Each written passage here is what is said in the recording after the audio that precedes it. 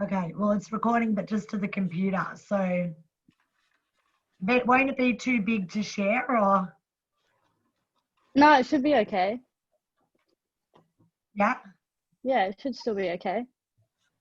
All right. Hang on, more people are coming. How's everyone? Sorry, guys. I'll be fully present to you once I'm, as soon as there's technology, I start to get it like, Hey, Rahela. Yeah. So can you guys see who's joining as well? Oh, Jess, Yeah. how are you? Aw. So hard. I can hear. Hi. Hello. Hey. Who's that? Oh, Rahela. Why can't I see you? I don't know. Hi. Oh, Rahela. Ooh. Hi. Can you see me? Yeah. How come? Okay. She was just gonna flash us her boobs. I thought she just went like, I was like, whoa, okay, that's an opening. Rachel, if you want to see all of us, you can. So on the right-hand side, there is a speaker view. And all what you need to do is press on that, and then it will give you what kind of view you like. So there is a gallery view, there is a speaker view. Ah. So you can see all of us at once. Full screen? Whoa, okay. Yay! So I think gallery view, then I can see everyone, but then I can't see who was coming into the room. So I'll just leave it on speaker. Oh, shit. Rachel. Yeah. I called Mariana because Mariana is not on Facebook. Mariana, And, she's on my Facebook. No, she disconnected Facebook. She hasn't got Facebook anymore. Ah. So I called her and she said she might be jumping in. Oh, cool. That's exciting. Yeah. I mean, we haven't seen her for a while because she hasn't got social media. So I thought it'd be good. I must have her on Instagram then, because I literally just wrote to her today. Yeah. But thank you for inviting her. Hi, Jess. Hey. How are you? Guys, the only problem is now that I've put it on gallery view, I don't know how to get back to the bit where it tells me who's coming into the waiting room. Okay, I'll tell you what to do. You'll have it down the bottom. Yeah, in the participants area. Yeah, you go down. Oh, yeah. Mm-hmm. And you just press on participants. Yeah. And then it gives you all the list of participants on your right hand side. If someone is coming to the room, you will get a thing. Oh, so it'll pop up. Yeah. Okay, cool. So I don't need to worry. All good. Okay. Awesome. How is everybody? Great. I can't look at you all at once. Oh my God, this is like a nightmare for a visual person. So, just to fill Ali and Rahela in because the other girls were on the class the other day. Is this definitely recording? Yes. Okay. So Watched it. It's all good. Oh, you watched it? Oh my God, what a good student. Wow, I never would have watched it. I'm not a very good student. Rahela, you didn't watch it, did you? I don't ever know what's going on. I don't know what I was meant to watch. That's the sort of student I would be. All right, so basically, you're already qualified anyway, like you've already got your certificate. So this really just doesn't apply to you at all, but maybe you might end up supporting these others in getting theirs. So basically the institute, it's not their thing, it's like a government thing, but basically the government's changed things so that as of, I think it's November the 6th, to get the certification, there's going to be 9 extra modules. And oh, wow. There'll be like a cost for like assessment and stuff like that. So I want to get these guys all their paperwork over the line before then, so that they don't have to do the 9 extra modules nor pay the extra money for the certification. So we're like fast tracking, which is putting like a little bit of, fire in the belly. to get it done. And it's not actually that much, but in such a short thing, it can be a bit. So yeah, we're just getting a lot of clarity about what we've got to do, and as part of that, we're going to go over and review the hands because she's disappeared. See you, bye. Oh, there she is. Because basically, hands is like such a sort of challenging one in a way because it's so in-depth, and also because before, when you did your accreditation, she's frozen on the funniest photo. Can you guys see that? She's not frozen. She's just staying like that. Ah, Dude, I'm most still person ever. Oh, I'm paying attention. Oh my God. Ah. Oh, I'll keep on moving a couple of minutes. You don't even blink. Like, what the hell? Oh my God. Because I can't stay still at all. I'm like, oh, like, this is fidgety.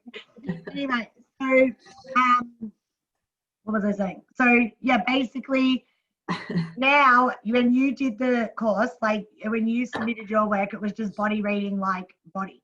But now they've got to do, as part of their body reading, face and hands and feet, but feet were already part of it.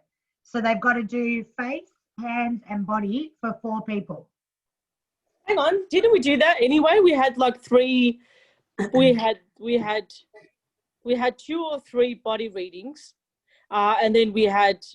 Oh, hang on, someone's trying to call me. I mean, it doesn't really matter, but I'm just telling you like what these guys have to do now. Yeah, all right. You're done Yeah. anyway, so yeah. But I mean, you might end up supporting because it'd be good, especially like the girls who are close in your area as well. Because of lockdown, I can't really get around as much. Well, Yeah. I can, but I might just get arrested. But it's worth it in the name of psychosomatics. Anyway, so we can get straight into the hands. So does everybody have their workbook with the hands module? Yeah. So this is my first, I mean, I did one the other day, but this is, I don't know, I find this very difficult, like not difficult, I can't, anyway. I want to be, because I just want to touch you all. The thing. Lost mine. And I'm also Okay, as Rachel. well like, give me a tour of your house. I want to see everybody's houses. You really want to see my house? Yeah. Are you in Really? Ellie's apartment? No. No, I'm in my own. How do I flip this? Okay, so guys, I had a bit of technical trouble. It's a bit of a Surprise, mess, surprise. though. What, babe? Well, I'll have a tour of your house at the end. Later. Distracted, you're the number one. Whoa, what was that? That's my house. Oh, that's My couch, my super guitar. cute. Oh, And that's super cute. I like the guitar. Nice. All right, so I'm just on my phone because Rahela, stop. I'm stopping. sorry, I encourage that. I was like, show me a house or don't show me now, you know? All right. So I'm gonna be holding my phone because I couldn't get to the workbook because it's at a different property that I'm technically not allowed to go to at the moment. And secondly, I couldn't get into the freaking Dropbox. I've been trying for the last hour. Okay, so that's been quite annoying. This is why I look like this, because I was like this, like trying to get into this bloody thing. So thank God, Jess, or both of them, sent me the workbook things. So I'm just going to be reading off my phone, okay? So can you guys all hear each other? Yeah. Yeah. All right. So, Jess, could you, is anybody not feeling like reading out loud? I'm happy to. Yes, would you mind the page, the language of hands, the one where they're holding like that with the light inside? Yeah, do you want me to show the book while I'm doing it? We want you to watch. And Oh, so yeah. next this go? No, this, So I don't then- know if you're going to be able to see. I can't see your The, screen. the page 98. Kate, it's the first one you sent me. Oh yeah, the language of the hands. Yeah, yeah, cool. Okay. Yeah, that one. Yeah. The hand, ready? The hands express your knowledge of life and the wisdom of the soul. As the extensions of the heart, they communicate the lower and upper aspects of the self in being human. Hands reach out, sense life, and respond to it. The language of hands express your emotions through touch. Touch is the energy and sensory awareness of the heart center. Here the soul speaks the language of unconditional love, compassion, nurturing, and healing. Your soul. Every soul shows its uniqueness and identity through the unique whirls of each finger. Whatever you touch, you leave behind an imprint of your mental, emotional, and spiritual intent. Let others feel your touch and experience your true essence. Let us learn to work hand in hand with our souls so they may fulfill their true purpose. Touch consciously with the right intent.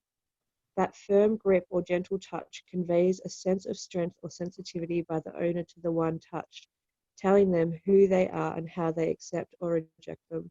The little child knows you so intimately through her sensitivity by the language of your touch. Your hands may be long and imaginative or square and practical. Those slender pointed fingers or straight tops of the earthy hand signify the differences of the sense of touch. The roughness and thick-skinned palms or soft, smooth and delicate ones are all telling us so much about the sensory awareness of the owner. With all 5 senses in the palm of your hand, the fingers reach out and communicate with even greater sensitivity and focus than the sense of sight alone. Listen and feel inside whatever you touch outside. This is the meeting point of your mind and intuition. This is where the reason pauses to listen to the voice of the inner self. Every part of your body mind is expressed by your hands through gestures, shape, size, touch, texture, and warmth. We hold the whole world in the palms of our hands. All we need to know can be at our fingertips, and should we care to listen to what the soul's wisdom is interpreting for us. Yay! I love it so much. Does anybody else like get a little bit turned on by this sort of shit? When she's reading it, I'm like, oh my God, I just love it. Because thank you, Jess. Because so if you look at it, right, if you look at the body and our structure, where we come into duality is in the heart. So up till there, we're like from down to the heart here, it's like one. And then here in the heart is where we split into duality and we go like horizontal. So it's like, this is like the meeting place here. It's almost like the void space of the heart. It's like almost like the sort of connecting point. Do you know what I mean? So the heart is like the connecting point of everything. So that's like a beautiful way to think about it, because it's like when we come into the heart here, this is where we start with the polarity or the duality of like masculine. I don't know how to mirror it for the this is my right, this is my left. So masculine and feminine. So I don't know if that's left to right to you. I'm not good with mirroring, but anyway. So basically come to here, and that's where we go into the duality. So the duality of the body. So it's like in this space here, the heart space is like the void space.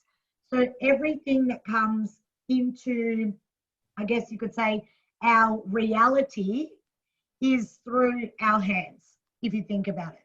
Because we can't create, I mean, we can create with our words, we can create with our footsteps, but really we mostly create with our hands. So it's like the intent of our heart is like becoming physical in the physical world through our hands. So that's why it was saying everything that we touched, it's like this is the meeting point of our mind and our heart. It's like our mind and our heart, and then it extends into our hands.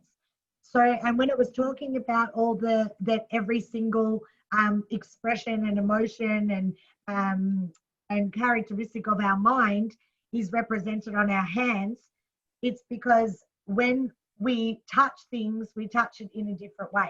So we might use different finger or different parts of our hands to create, to touch, to intent, like to work with intent. So that's why when we start to go into the study of the hands, we will notice that they've split every single finger into sections so that every section actually represents something or means something, and they're all different characteristics. So it's pretty friggin' in depth, right?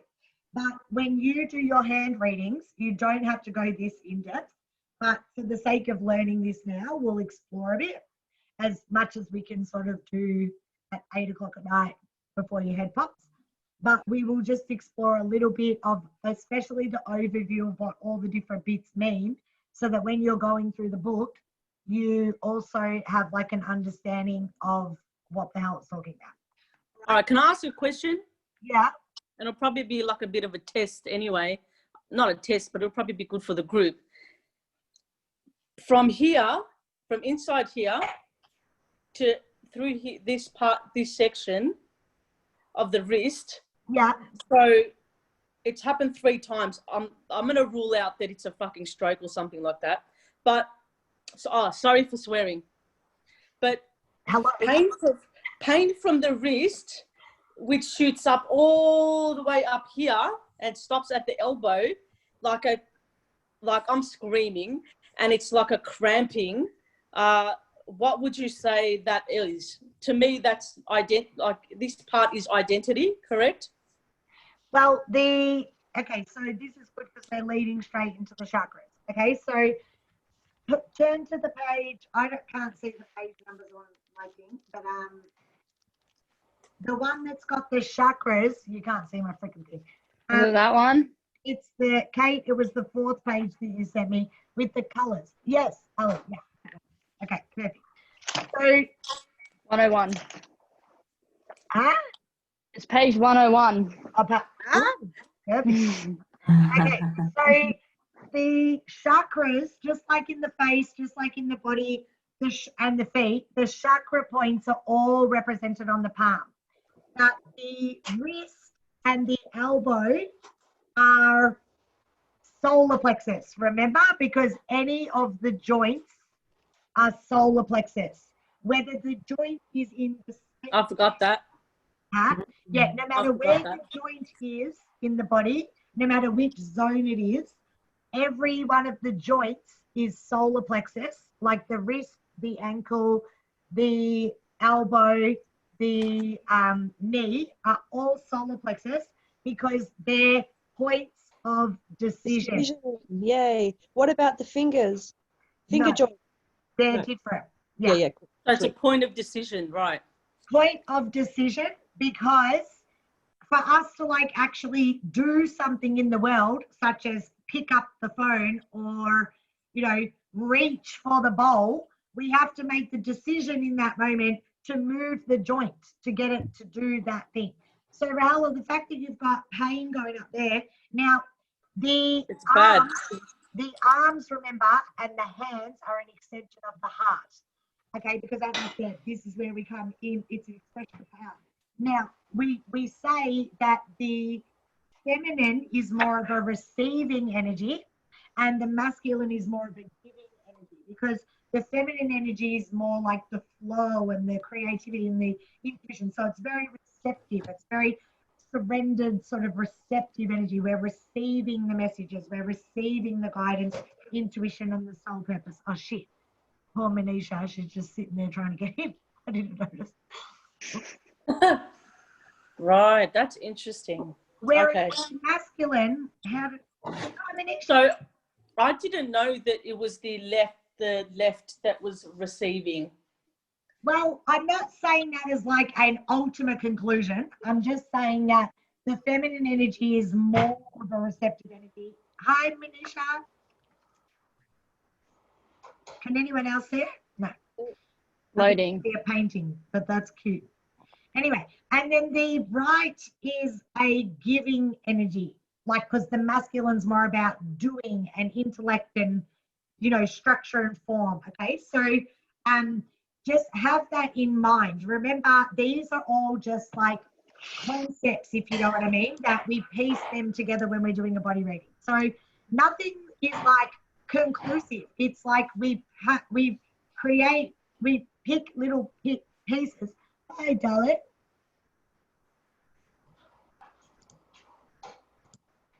She's frozen. And hi, Melanie. Sorry, I didn't even say hello to you. Hi, darling. Sorry, Melanie. Hi, Manisha, and hi, Melanie. Hi. Hello. Hi. Sorry I'm late. You're not late. Perfect timing. Who do you not know? Do you know Melanie? This is Manisha. Hey everyone. My screen. Hi, Manisha. Hey Ellie. Hey. I think you know everybody else. Yeah. Who's here? Oh, Hey, Kate. hi. Kate, have you met Manisha? I think I met Manisha when I when I volunteered on the last day. Yeah. And Yeah. Heidi, you met Manisha then. And Rahala, you met Manisha. Yeah, you've all met. Oh, what a beautiful community. So this is actually quite cool once you get the hang of it. All right, so except I really do feel like I'm going to start like trying to kiss my computer screen or something, like touch you and kiss you. Hey, how are you, Sari? Hi. Hi, Sari. Thanks for coming to the class. She loves it. She's constantly looking at the book and trying to guess eye shapes and eyebrows and lips and stuff. She absolutely loves it. Ah, Awesome. you're a naturals therapist. All right, well, we're learning about hands, so you can help us. All right, so basically, the left is more like the receptive sort of feminine energy, and the right is more of like the giving or the doing energy. Okay, so if you think about that when you're doing the left and the right hands, and also because the hands do represent the heart and an extension of the heart, it's like the feminine heart and the masculine heart. Okay, so Rahala, for you to be having pain there and it's shooting from the wrist to the elbow, I would say I would be looking in the area of receiving. I'd be looking in the area of what does my feminine heart want to be doing in the world? What does it want to be receiving? Where am I not allowing myself to receive? Where is my feminine heart not open to receiving? It's the soul drawing awareness to that area. So it's just the soul giving you like a message in that area. So, but we'll talk a bit more as we go. Yeah. Referring back to that. Okay. So yeah, what I want you to do first is I want you to focus here on the chakras. So we'll work on the chakras first because that's like I would say, like the go-to. Do you know what I mean? It's like if you're doing a hand reading and you can't remember any of the other things and you don't have your workbook, remembering the chakras is like, you could give an hour-long hand reading just from the chakras. Okay, so having a look at the hands, okay, you want to be, notice that when we put our hands out by our sides, they never hang inwards like this, they hang outwards like that. Okay, so what we're seeing is when the hands come together, it's like this is our internal world, and this bit is like our external world. So if you look at it like that, it's like internal, external. Does that make sense? Yeah. Okay, so that's why we say like we've got the whole world in our hands, because like we're holding the whole world in our hands. Because every part of our whole body is represented and our mind is represented on these hands. All right, so when you look at the chakra points here, you'll notice that The sacral is on this bit here. Now, when you go like that, those bits touch. So it's like your sacral is like the inner bowl, like those bits touching is like the sacral. So think of that as like that's how you'll remember it. Because when you have your two hands together and you've got your external world and your internal world, that sacral energy is the same as like your womb energy here. And this is like a bowl. And this bowl, like our hips, are very like masculine energy.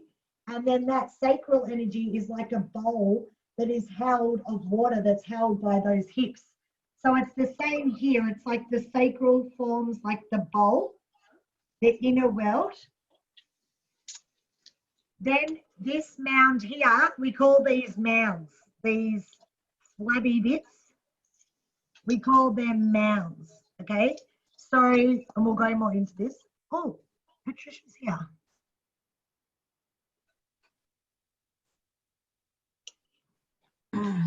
Hey, Patricia. Hey. Hey, Patricia. Hey, Hey, how you doing? I'm all right. I'm okay. I'm sending you lots of love for your auntie. Thank you, babe. Thank you. Thanks. She meant a lot to me. Yeah, I'm okay. I'm okay. Okay. How are know you? Everybody? Everybody, this is Patricia. Hi, Patricia. Hi, everyone. Who have we got? Manisha, Kate, Heidi, Melanie's here, Jess, Rahela, and Ali. I think you've met Ali, Rahela, and Melanie. I don't think you've met anybody else. Oh, and Kate. Yeah. My memory is so bad. I'm like, okay, now my head's going, when did you guys meet again? I'm like confused. Kate? I came to the one day while Patricia and Melanie were doing the call. Oh, yes. Okay, yes. Yeah. Right, great. Okay, so Patricia, we're just going over hands. So we're on page 101 of the blue book, which is the chakras, like and how they're represented in the hands. All right, keep talking. I'll be right back. Okay, so these mounds here, they're the base chakra, as you'll notice the red. Okay, so base, sacral, base, sacral. Then in the middle is the solar plexus. Now remember the solar plexus, what element is the solar plexus? If we think of water, air, fire, earth. Fire. Okay. So Zari, that's the yellow one. The yellow one is fire. And that's like our power center. So it's our confidence, it's our ego, it's our identity. So when we think of solar plexus, we think of like, who do I need to be in the world? Like, who am I known as in the world? And that's like a sense of identity. And then that's, of course, then a sense of power. And that's like very fiery. You know what I mean? So if somebody's got very dry palms in the middle here, you would say, oh, this person is their fire. Their fire is out, right?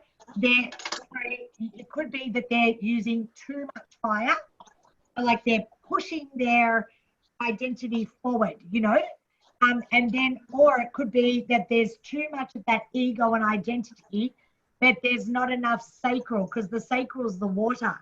So when we have that sense of being at home and in our feminine and in that flow and intuition, and then that water mixes with the fire of our solar plexus, what do we get when we put water on fire?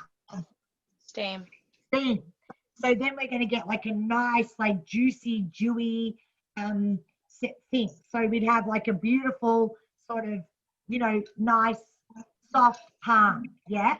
But if it's moist and it's damp and it's clammy, then probably there's too much sacral energy, which means maybe our, sort of life force, sensual energy is like a bit stuck or a bit damp. It's not flowing. Our creativity might not be flowing. And therefore, we're going to get like a real damp environment. And in that case, what do we need to do? We need to bring this person more into, okay, solar plexus, where's your fire? Like maybe they're experiencing a sense of like powerlessness. Maybe they've been giving their power away and they're either like dried out or they're too moist and stuck and damp. Does that make sense? Yeah. Yeah? Okay, Yeah. so that's really this area. It's more like the dip in the middle. And then across the top here, my hands are so ticklish. I'm like, I'm touching them and they're getting really, they're getting electric just looking at you people. Here is the heart, okay? So if you look, we've got mounds. Each of the finger has its own mount. It's like the sort of like squishy bit under the finger. Those are called mounds. So that's all the heart there. But depending on, because each finger has a different meaning, which we'll go into in a minute. So depending on which finger can also depend on how much vitality there is in that finger, in that area, whatever that finger represents. Because some of the mounds you might find, oh, that's like a juicy mount.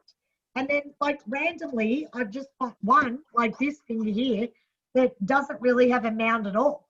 So it's like, oh, there's not really much vitality in that finger. So that could be because I've used a lot of energy in that, whatever that finger represents, which we'll go into in a minute. Or it could be that there's just not much vitality in the first place. So again, that could be something to notice when you're doing a hand reading, all right? But overall, that area is the heart. So again, you might find if somebody's got like a lot of dry skin or like psoriasis or whatever across that, their heart chakra, then again, remembering that the hands are an extension of the heart and they're all about giving and receiving and putting your intention out into the world, you might start to think, depending on whether it's the left or the right, what's going on with this person? Maybe there's like a bit of a fear of like giving and receiving, and maybe there's like a closing of the heart. Yeah. So again, when you're doing a full body reading, you might have already noticed that in other areas. So then to again, like have that reinforced by looking at that palm, that can give even more like pieces of the puzzle. Yeah. Then we have the throat, which if you notice the fingers, they're split into 3. So each one of your fingers is split into 3 segments. So, Zara, so beautiful. She's so concentrating. Yeah, you're a very good student. All right, so these, that bottom bit there is the throat. So that's the blue one. So Zari, the blue is the throat chakra. Those bottom ones there are the blue, so they're all throat chakra points. Then our middle one is the third eye, and then the top is the crown. So when you touch somebody with your fingertips, you're touching them with your crown chakra. So it's like your spiritual connection is like touching. So if you think about that, it's pretty special because it's like every time you leave your fingerprint, you're actually imprinting your spiritual connection or your spirituality, like who you are in the world as a being is being like imprinted on reality, I guess you could say. And then that reality then feeds back into your spiritual like being like, so yeah, it's beautiful. So when you hold hands with somebody, you're touching your heart together. So it's like, you know, it's all so romantic, really. Yes. If somebody's got a really juicy mound here, Heidi, what would we say about somebody who's got a really juicy mound here? Big heart. No, this bit. The This red bit. Sacral? Yeah, this is the Venus. The red bit. Isn't this the Venus, the heart? The sacral? The base. Sacral. Yeah. The red bit. Yeah, Base. red bit is The base. base. Oh, the Base. base. Yeah. So if I meet a new guy, dating, I look at when I hold his hand. I see, does he have a big mound? Because that means he's got a lot of base chakra energy, yeah? So it means he's like manly and he's got like, he's connected to his inner animal, you know what I mean? And we do know what that's going to mean, yes? That's like base chakra energy. This sacral here, if somebody's got a really depleted sacral, I mean, I shouldn't make that face. No judgment. But it's just on internet dating, I would judge that. I would be like, okay, this person's not so connected to their sacral energy, their inner world, so to speak. So yeah, they just haven't put a lot of attention to that. Now, some people can be quite flat there altogether and there's just not much vitality at all, but they're people that you want to get on the table and give them some body work. Because probably their bum's going to be really small and they're going to be a bit depleted all over the place. So we want to get more blood and more juice into that body. You know what I mean? So, I mean, I've got a massive mound here, but I've also got quite a juicy backside. So, I mean, it's like makes sense. So if I've got a big base chakra point here, my back's also quite prominent. Like I've got a lot of base chakra energy, which is why I've got a lot of animalistic energy. I've got a lot of oomph, get up and go like energy. I've got a lot of, I want to make a lot of money energy. I've got a lot of like, I want to speak my opinion energy. So that's all base chakra energy. So that would make sense. Do you know what I mean? So what about somebody whose fingertips are always freezing? Like they've always got freezing cold fingers. Like, you know, people who are like, oh my God, my hands are just so cold all the time. That's me. Hey, yeah. So if your fingertips like are always freezing, what would you say?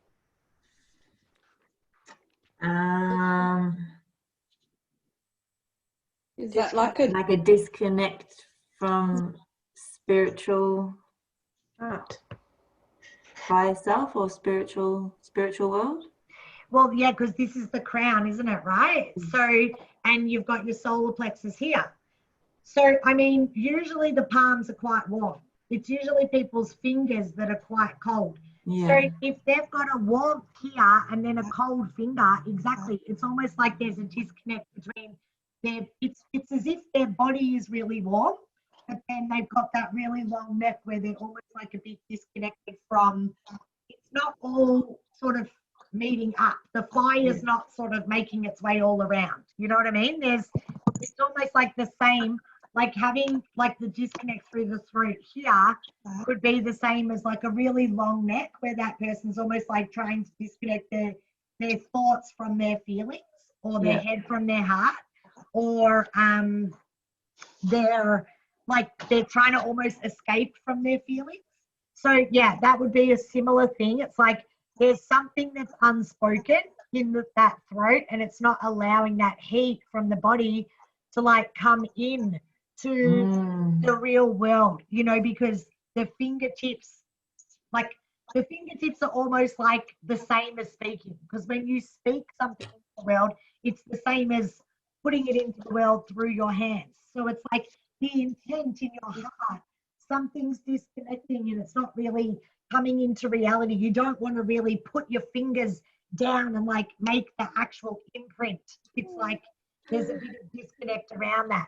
Now that could be because, you know, you're maybe not really sure of your own spirituality and how that manifests into a physical expression.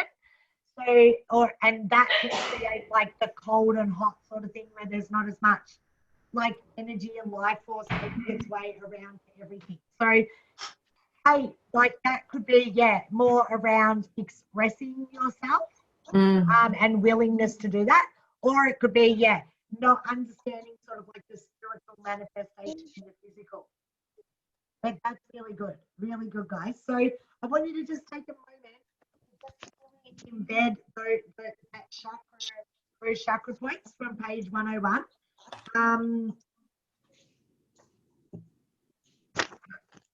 Tanisha, I'll just get you to read the bit that says the hands are the most delicate. I am so embarrassed, but I left my book at my friend's place. Babe, don't be embarrassed. I spent like an hour trying to freaking get these files off the thing, and I had to end up getting Kate to send me them on my phone. Like, we're all just working in lockdown situation over here, so there's nothing to be embarrassed about, babe. But thank you. That's all good. Do you want me to forward you the page? Yeah? Now I'm testing myself. Okay. Yep. Let me see. All right. I just messaged it to you on Messenger.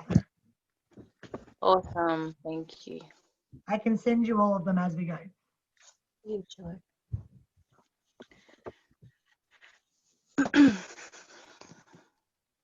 Do you want someone else to read it, or is it easy for you to access that?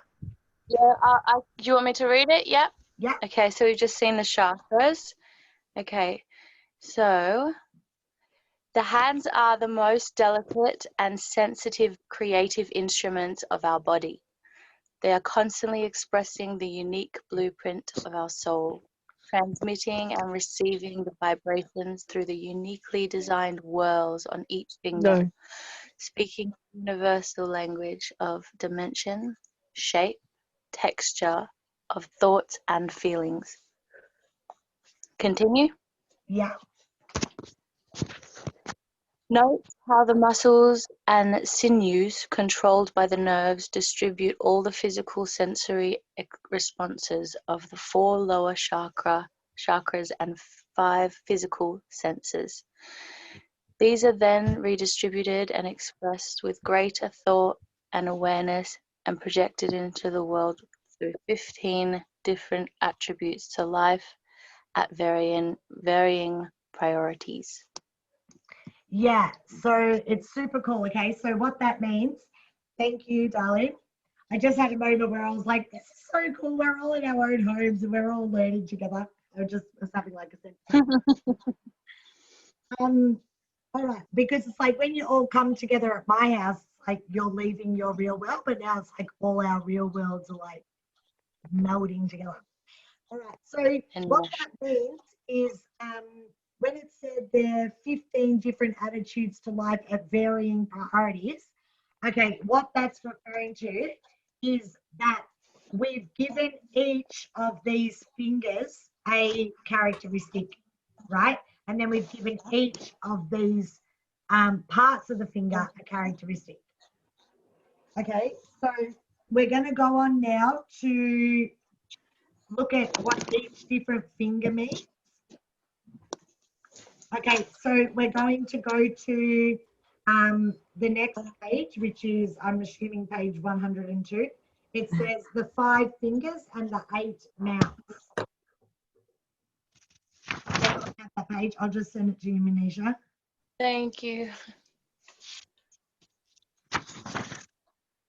All right.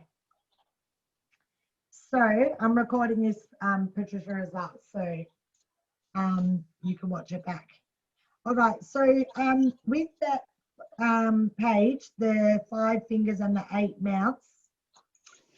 Okay, so when you're doing a body reading for your assessment, okay, you don't have to go into this depth because this is just, you know, really deep, okay?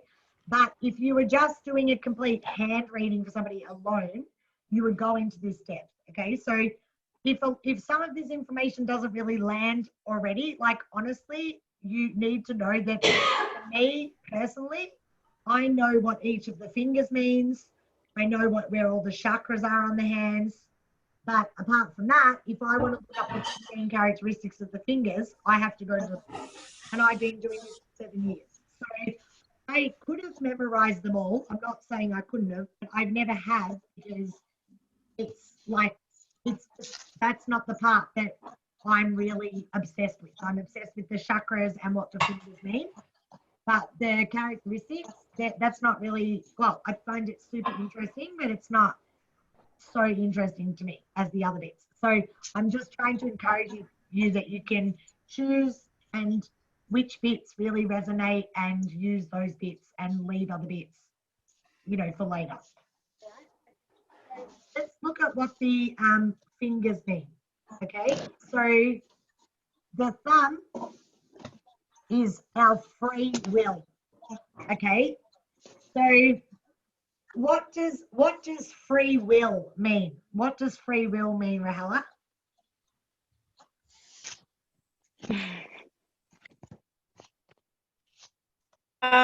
Well, free will would be something that you kind of want to what's something that you really want to do, isn't it? Yeah, Yeah, out of your own free will.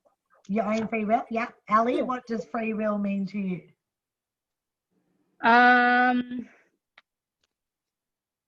Yeah, I guess it's the same. Like, yeah, I agree. Like what Rahela said. Yeah, like what you wanna do. Yeah.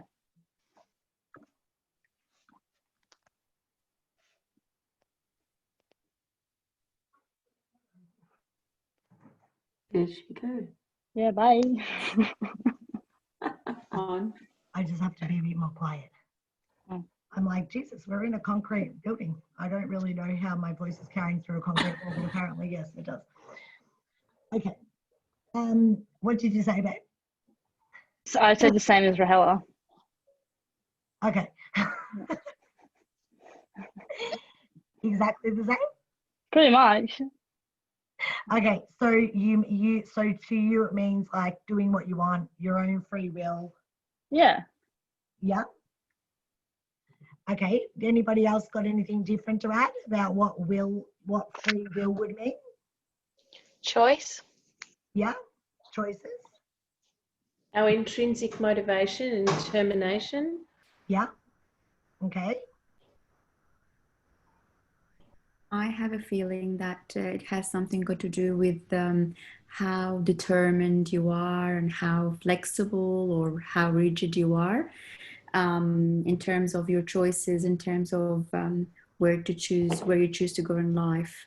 And I feel that from the people that I have read hands and did body works, this especially around here. Mm. Well, remember that when we do body work, I've got to try and be really quiet now. Maybe I should move the computer so I'm not right on the wall that's connecting to that laser. I've never been told. All right. So basically that bit there is the gateway. Okay. As we know when we do body work.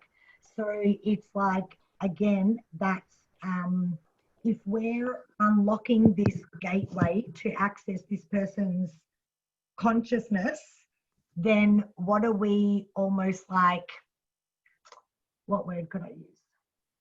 Power. What are we sort of like disabling in that moment when we do that? Ego. We're almost like disconnecting them from their will in that moment, like when we're opening that gateway. So we're almost like opening the gateway from their physicality, like what Heidi said, like just sort of like and everybody was right, by the way, like I just like to hear it in different people's words, is like almost like unlocking that us from our will, from our I will do that, I will have it go that way, to almost like, okay, what's like almost like our higher expression or our godly reason for being here on this planet. Because we don't really know, none of us do, even if we create a sense of purposefulness for ourselves and choose something purposeful for ourselves, that's still a consciously constructed sense of purpose.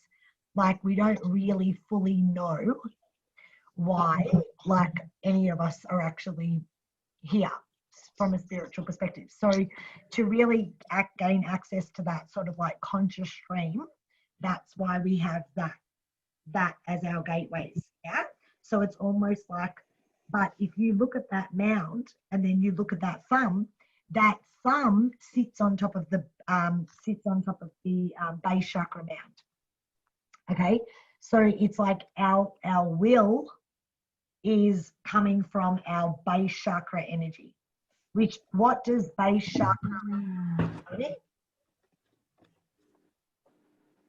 You're cutting out. What? See, this is why I was talking so loud. because I've got a fear of not being heard. That's a joke. That is a joke. Okay, can you hear me now? Yeah, yeah. Yeah, Melanie, what does the base chakra represent?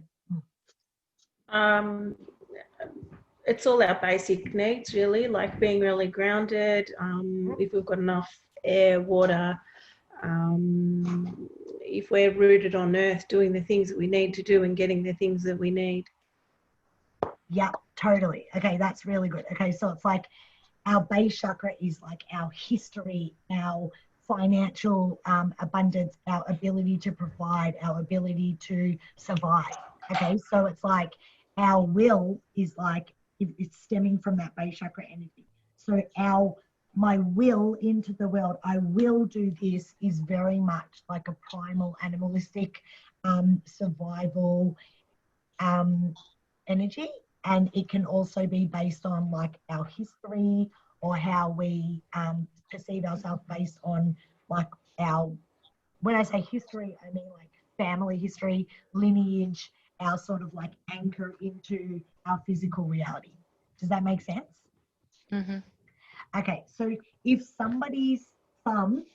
you press on somebody's thumb and it can like, I mean, mine, look, you can't move it at all. Like it just doesn't move. Like, and I am pretty, look, I'm not stubborn, but I'm pretty fucking, oh, sorry. I'm pretty, is Zara still there? Oh, Nah. okay, sorry, I'm swearing in. I'm pretty like headstrong, as you know. Like I'm pretty certain in my beliefs. Well, even though I'm not saying they're right, but I'm certain that that's what I choose to believe. And I'm pretty unbendable, really, when I think things should be a certain way for myself. Whereas some people, their thumb can literally bend like pretty much back to their wrist. So they're very flexible with their will. So you can see that whichever way you want. It's not necessarily a positive or a negative or a good or a bad, as we know. It's just describing that person's personality. So they might be sort of more of a personality where you could say, hey, will you do it that way instead? And they'll be like, oh, all right. You know what I mean? Whereas I'll be like, no, I'll do it the way I want. You know what I mean? So it's just different people's personalities. So it's always good to like test the flexibility of that thumb as well. And you'll start to notice now who are the people in your life with the bendy thumbs. What if you're double jointed? Does that mean that you've got two sort of plugs into the base, like different, sort of like two separate bases influencing your will? What's like, do you mean how, show me? Oh my God, wow, that's so cool. I really don't know. These are the moments where I'd love to know what Herman would think, you know, because that's pretty special. I reckon well, it's got to be a message for something. So I'll feel into what I think that means. But that's special. That feels special to me. So the thumb equals the free will. Okay, now this finger, when we point the finger, what do you think this finger means? Judgment. Judgment. This is our judgment finger. So the second finger is the judgment finger. Okay. The middle finger, this middle finger is our spirituality finger. Okay. So our spirituality finger is like, I'm just looking at the other words that they use here, mediator finger. So it's like mediating between all the other fingers. So you'll find that the fourth finger is the ambition finger and the fifth finger is the communication finger. All right. So this spirituality is mediating between judgment, ambition, and communication. So it's like the mediator. It's like where we come together in terms of our link between our judgment and our ambition.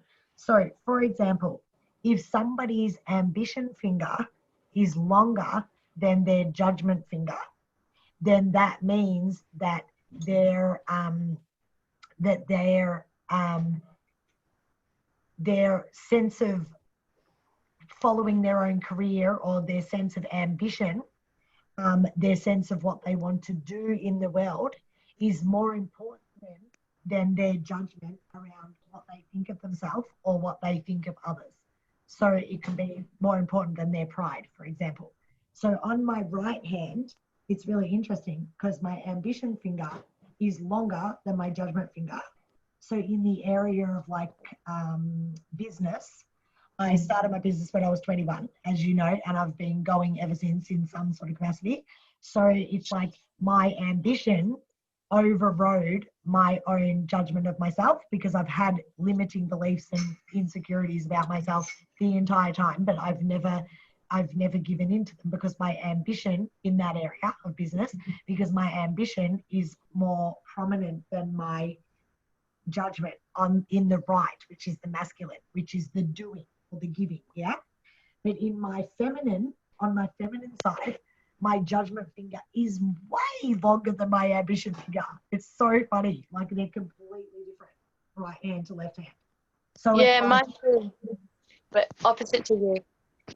yeah. Yeah, so probably this is probably why it's been so difficult for me recently to start putting out these podcasts that I've been doing with Michael, because it's like sharing my real self, like, or my unfiltered self. I'm perfectly fine sharing it with you guys at the course because it's like we get to know each other and I know you and I love you and you've come to the course, so you obviously like me somewhat to come there, you know what I mean? But to put it to 200 people out to not know who the hell's listening to it, like I literally, the first one, the day after, I had to lay down for 8 hours. I gave myself such a bad headache because I just like literally just gave myself such a bad headache because I was like freaking out about putting like my true self or whatever way you want to put it, but the self that you see anyway, it's the one that you guys get, but other people don't get that one. That's the thing. Like they get like the sort of, you know, nicey, a little bit diluted, you know, to make sure that I'm not going to ruffle too many feathers. So that's because my judgment in my feminine, which is more about my spirituality, my creativity, my intuition, is longer than my ambition.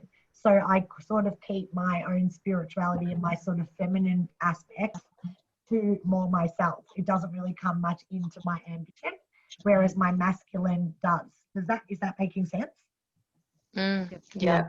Rachel, I have the opposite to that. So my right is you know same, but in my left, my ambition is much higher than my judgment. Yeah. So it's So- like, in a way, you could see it as judgment is almost like pride, and ambition is almost like drive for success. I don't like using these sorts of words, but yeah. So that could have shown up in your receiving as well. Like you, in the past, Heidi, you had your sort of success was associated with receiving from your relationship and from your community and being able to receive in that way and have all the nice things and everything like that. And that was almost like your pride was sort of caught up in that. You know what I mean? But now you'll find, I swear to God, you'll find your fingers will start changing now that you're really sharing your voice as like in your more masculine energy of like, you know, putting yourself out there in business, not saying masculine is business, but just more like sharing your ideas and your thoughts and your wisdom and your intellect rather than your spirituality and because that just goes to show that you were probably more active before in like more like religious pursuits or community pursuits or being the wife or being the mother and things like that, like ambition in that area, which was more the feminine. But now your ambition's shifting more towards like, this is the same as you, Nisha. This is that now your ambitions more moving more like sharing your intellect and your wisdom and gaining confidence around that, letting go of judgment around that. Does that make sense? So you'll find that those fingers will start shifting on the hands. It's so weird, honestly. In the last 7 years since doing psychosomatics, like my finger, my spirituality finger used to literally be completely bent, like still a bit bent. Like it Rachel? goes to the side, yeah. So then what you're actually saying is that if a person changes their if a person changes their energy, they then are able to change their physiology. Yeah, totally. Or- I mean, you've or seen the if- way our hang on, faces change if you over change 10 your days. physiology, yeah, vice versa. And Yeah. vice versa. Yeah. But I've never sort of sat there and said, oh, I want my finger to be straight. I'll focus more on my spirituality. It's just that as I have focused more on my spirituality, my finger just started straightening out. And then I didn't even really notice until one day when I was like, I mean, it's still a bit bent, but one day I was like, wow, that is so much straighter than it used to be, you know? And even like I used to have this big bulge here and it's pretty much gone. Like I used to literally have like an extra bone here, but it's pretty much gone. So, I mean, look at how much our bodies and everything have changed, our faces since like the course and like doing the 10 days and everything. So of course the hands can change, the feet can change, like everything can change. Yep. Right. So yeah, so they're the fingers. Now the little one, the little one is the communication finger. Now you will find it's sort of like, you know, on our toes, how the little toes, the social toe. It's sort of the same with this little finger. Like some people's little finger is almost like separate from the rest. Or somebody's little might speak and their little finger sort of flicks out. Do you know what I mean? It's almost like it's you know, or it might sort of come under. So it's interesting because it's like, how social is that person? How willing to share themselves are they? Now, when we look at it like this, the social finger is actually in there. Our will, our free will is out to the world. Like, what's the free will of what I want to give out to the world? It's like our outside world is this bit and our inside world is this bit. So it's interesting that our communication finger is actually on the in the inner world. So it's like, what part of me do I want to communicate? So yeah, it's like, and that's very much linked to that sacral. So it's like the communication of me, the communication of my sacral energy, my life force energy. Yeah, so my inner world, my inner womb space. Okay.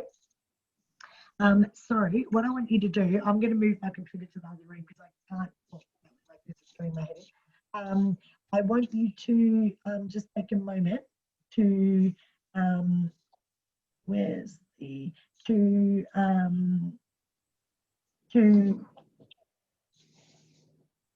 where's the page? Where's the page where it explains each finger? Can anyone see that? Sorry, I've got these pages on my phone. Oh, yeah. Condition, it says, oh no, hang on, we haven't done that bit yet. Fingers in their mouths. Yeah, that bit. 105. Yeah. So could everybody just take a moment to read that? But actually, before we do that, let's just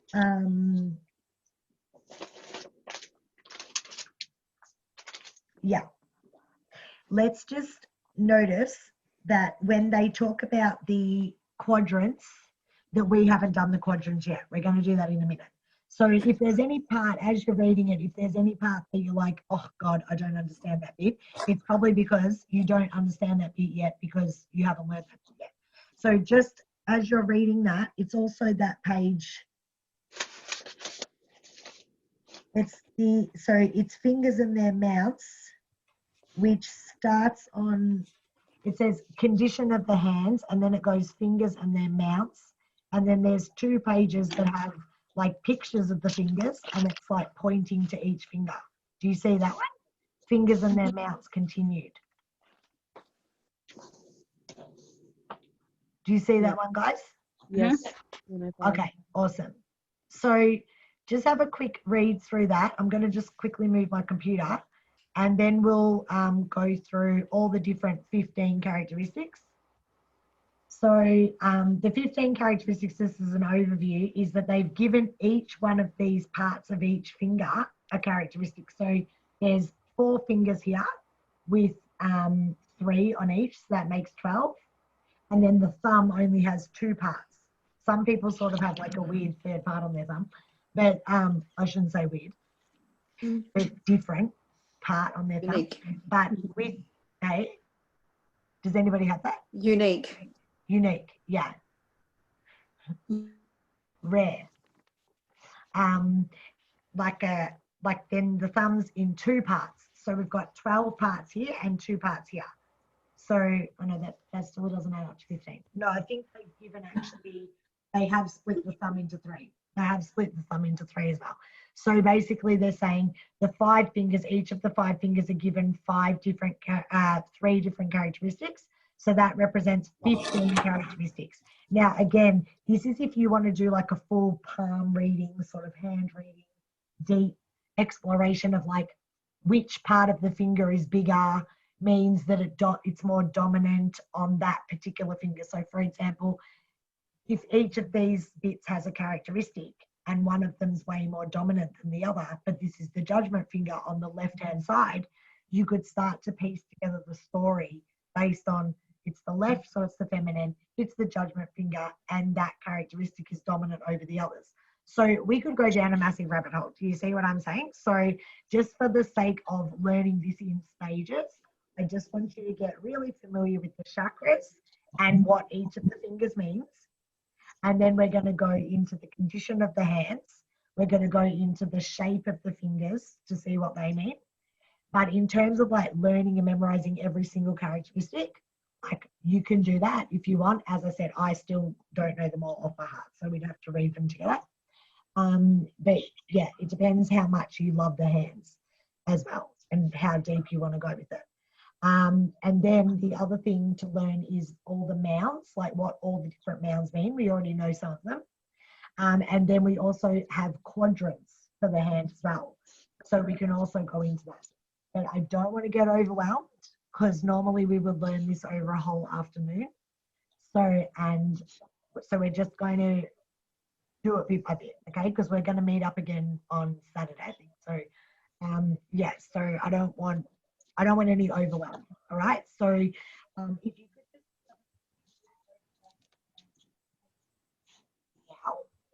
now while I move my computer, and then I'll come back in a minute. All right. Is everybody cool with that? Yeah, yep.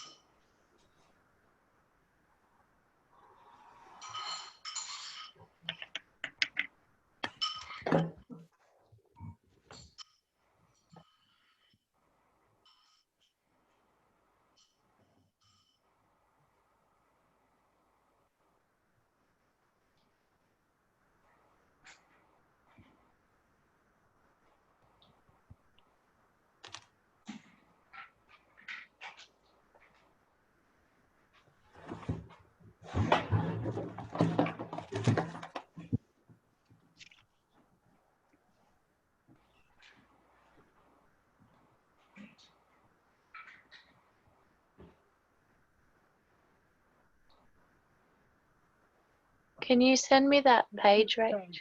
Yeah. Sorry, babe. Thanks.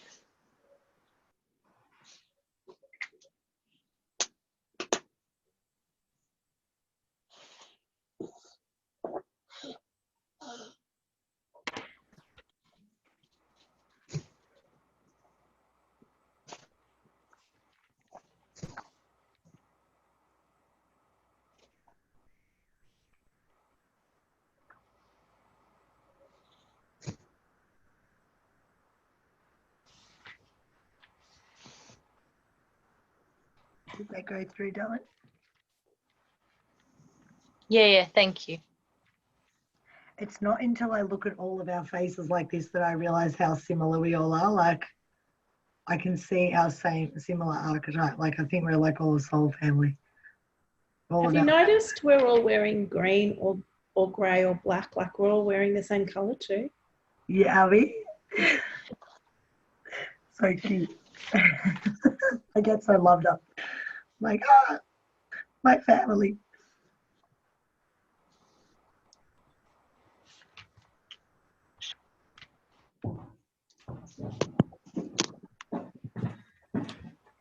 You guys, do you want to read them together, guys, or? Because we've all started at different spots now, probably. Yeah. Should we read them together? Where Yeah. are you guys up to? I don't think you can read it too much because it's so It's hard. fresh. This, Yeah. yeah.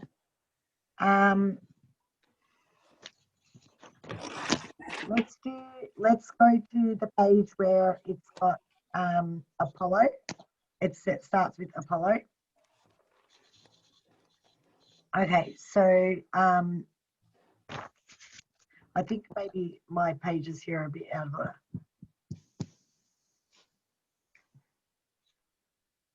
Okay, sorry guys, because I'm just going off the photos that it's a bit difficult to see. So, okay, yeah, let's start with Apollo. So, Melanie, could you start by reading Apollo? Just the actual text, not the first bit. God of the Sun, where it Okay. says, yeah. Yep. Apollo, god of the sun, rules the ring finger. Ambition, fire, yellow. Top is intellect, success of inner expression and creative arts. Middle is financial success and wealth and emotional balance. And the base is culture and self-expression. This finger is associated with the person's inner feelings of the outer world. When this finger is as long or slightly longer than the Jupiter finger, it indicates that ambition and self-expression is more important to this person than pride. If shorter than the Jupiter finger, it tells you that the person's pride and dignity is of more importance and could override performance in the material world. Yep. Okay, so how interesting is it that the ring finger is where we put the wedding ring, right? And that is the finger that's associated with ambition and our expression into the world, self-expression into the world. Now, where does the ring, when you get married, where does the ring go? On the left or the right? Left. The left in our culture, yeah? So we put the ring on the left finger of the ambition finger, on the feminine side of the ambition finger. Now, where does it sit? On the fucking crown, the throat chakra. It literally sits on the throat chakra, okay? And what does that bottom one mean, Melanie? Self-expression. Culture and self-expression. So where it's symbolic, isn't it? Because it's like we're symbolizing, I'm married, you know? Not that I'm not making any statement about marriage, even though I think you all know sort of what I feel about it. I'm not really that into it, like, so to speak. It's just a cultural, like, it's interesting that it's like marking almost like who you are in the culture. What is your self-expression of your femininity and your ambition finger? Do you know what I mean? Like, it's so interesting. That's where we put the ring. So, yeah, and then again, financial success, wealth, emotional intellect, success of inner expression and creative arts. So I all didn't hear any of that. Are you not hearing me? I couldn't hear any It's of only that when last- you put your mouth away from the speaker. Okay. So the three parts of that ring finger are, remember I said like there's 15 different characteristics. So the three for the ring finger, like what Melanie just read, hatred and self-expression is the bottom. The middle part is financial success and wealth and emotional balance. And the top is intellect, success of inner expression and creative arts. So do you see how like it would be quite challenging to ever remember that, like and memorize that? So it's only if you wanted to do like a full hand reading that you would have your book, or, you know, if you're ever that interested in it, that you memorize them. But, so you would say, okay, for example, somebody, because we're all different, somebody might have like a tiny little area on that bottom bit, and their middle bit might be huge, and then their top bit might be cold, and their bottom bit might be warm, and their bottom bit might be really fleshy, and their top bit might be really flat, and there's no vitality. So then you would say, okay, in their ambition, in their feminine, this is what I'm seeing is more of like their expression. So maybe their ambition is more in their culture, right? Or is it more expressed through their artistic expression? Or is it more expressed through their self-expression? You know what I mean? So you're starting to look for where is the vitality, which part of this finger is more dominant.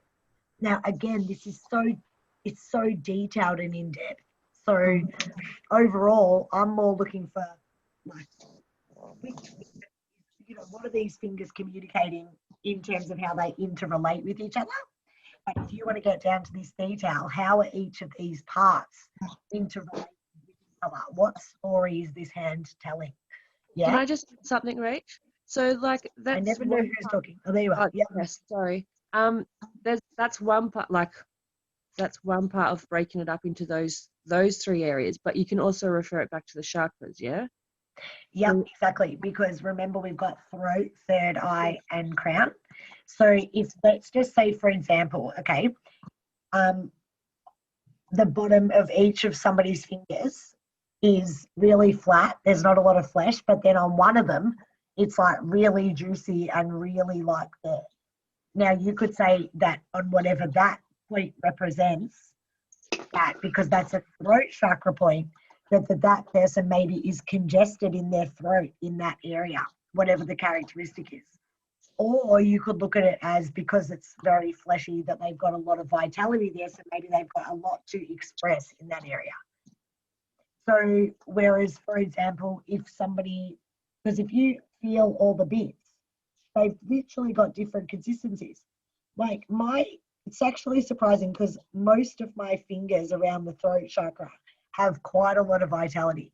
And I am coming into more of like a self-expression at the moment. So I do feel like, yeah, I feel like my body is drawing like a lot of awareness right now to me speaking up and speaking out and speaking in all sorts of ways. So that's probably why around my throat chakra, there's a lot of this sort of like almost like fluid. Or you could say vitality, like things that are waiting there to be expressed, but it does feel almost like, yeah, a bit of a, maybe even a little bit stuck on some of these. So it would be interesting to see what each of the ones that are a little bit of a more stuck consistency actually represent. Does that make sense? Yeah, but just on what I was asking before, just so I can see how like even looking through all of them, like each point can loosely relate to the chakra as well, you know? Yeah. So therefore they're almost to a little bit interchangeable or not. Yeah? Yeah, yeah, because you would say that you're saying that a lot of the characteristics that Herman has assigned to the tip of the finger are almost like crown chakra-ish sort of character. Yeah, like top for that one, intellect, higher self, let's say, you know? Exactly. Self-expression, throat, and you can even see that sort of moving down with the other ones as well. So I guess I'm just asking, yeah. No, but that's really good. See, I have never picked that up. So that's what you've seen immediately. So that's amazing because you've just turned straight into that. So yeah, I'm sure that they do sort of follow that trend. I never picked that up myself up until you saying that now. So yeah, that's beautiful that that's what you immediately saw. you. Okay. So, excellent. Who hasn't really spoken much? Ellie? Oh, by the way, each of the fingers has like a planetary influence, but again, like it's so much. So don't think, oh God, it's like it doesn't matter. Like it doesn't matter. But if you love it, then you could look into that as well.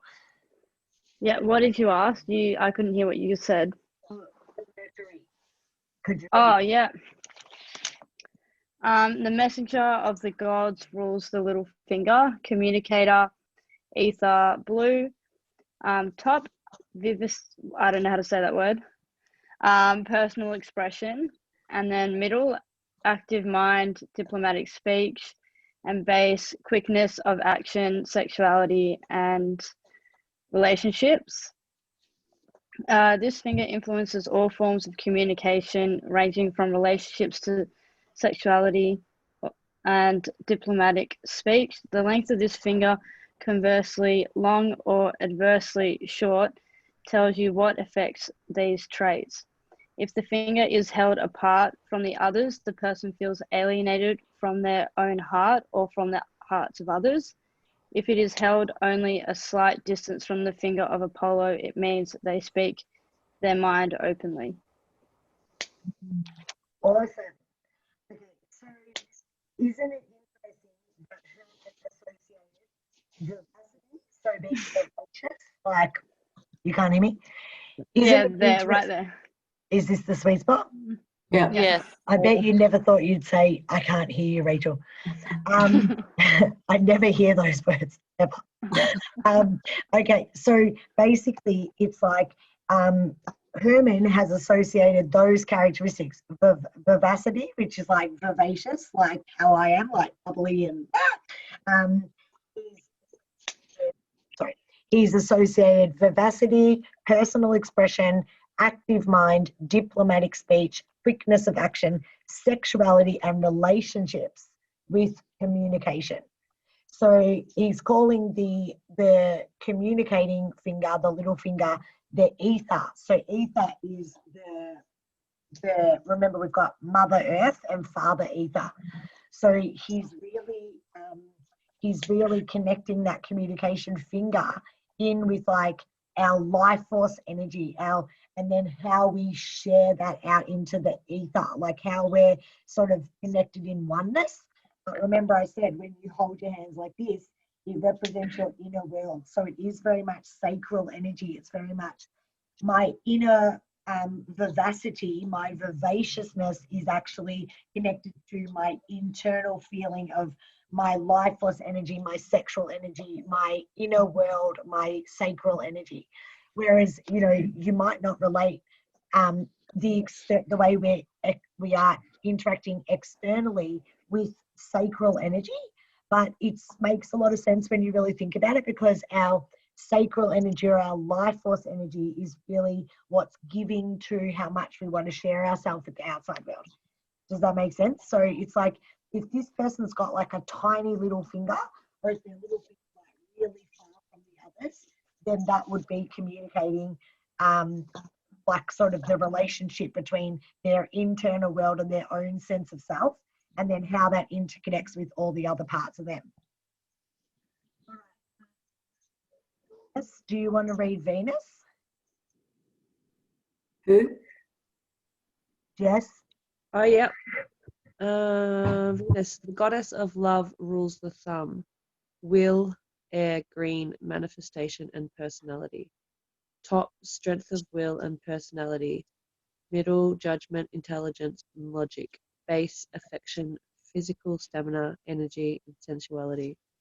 The thumb relates to the human aspect and the personal will, how a person makes decisions and how firmly they carry out their plans. The position in which the thumb is held tells you a great deal about their general attitude in life. The size and setting of the thumb is important.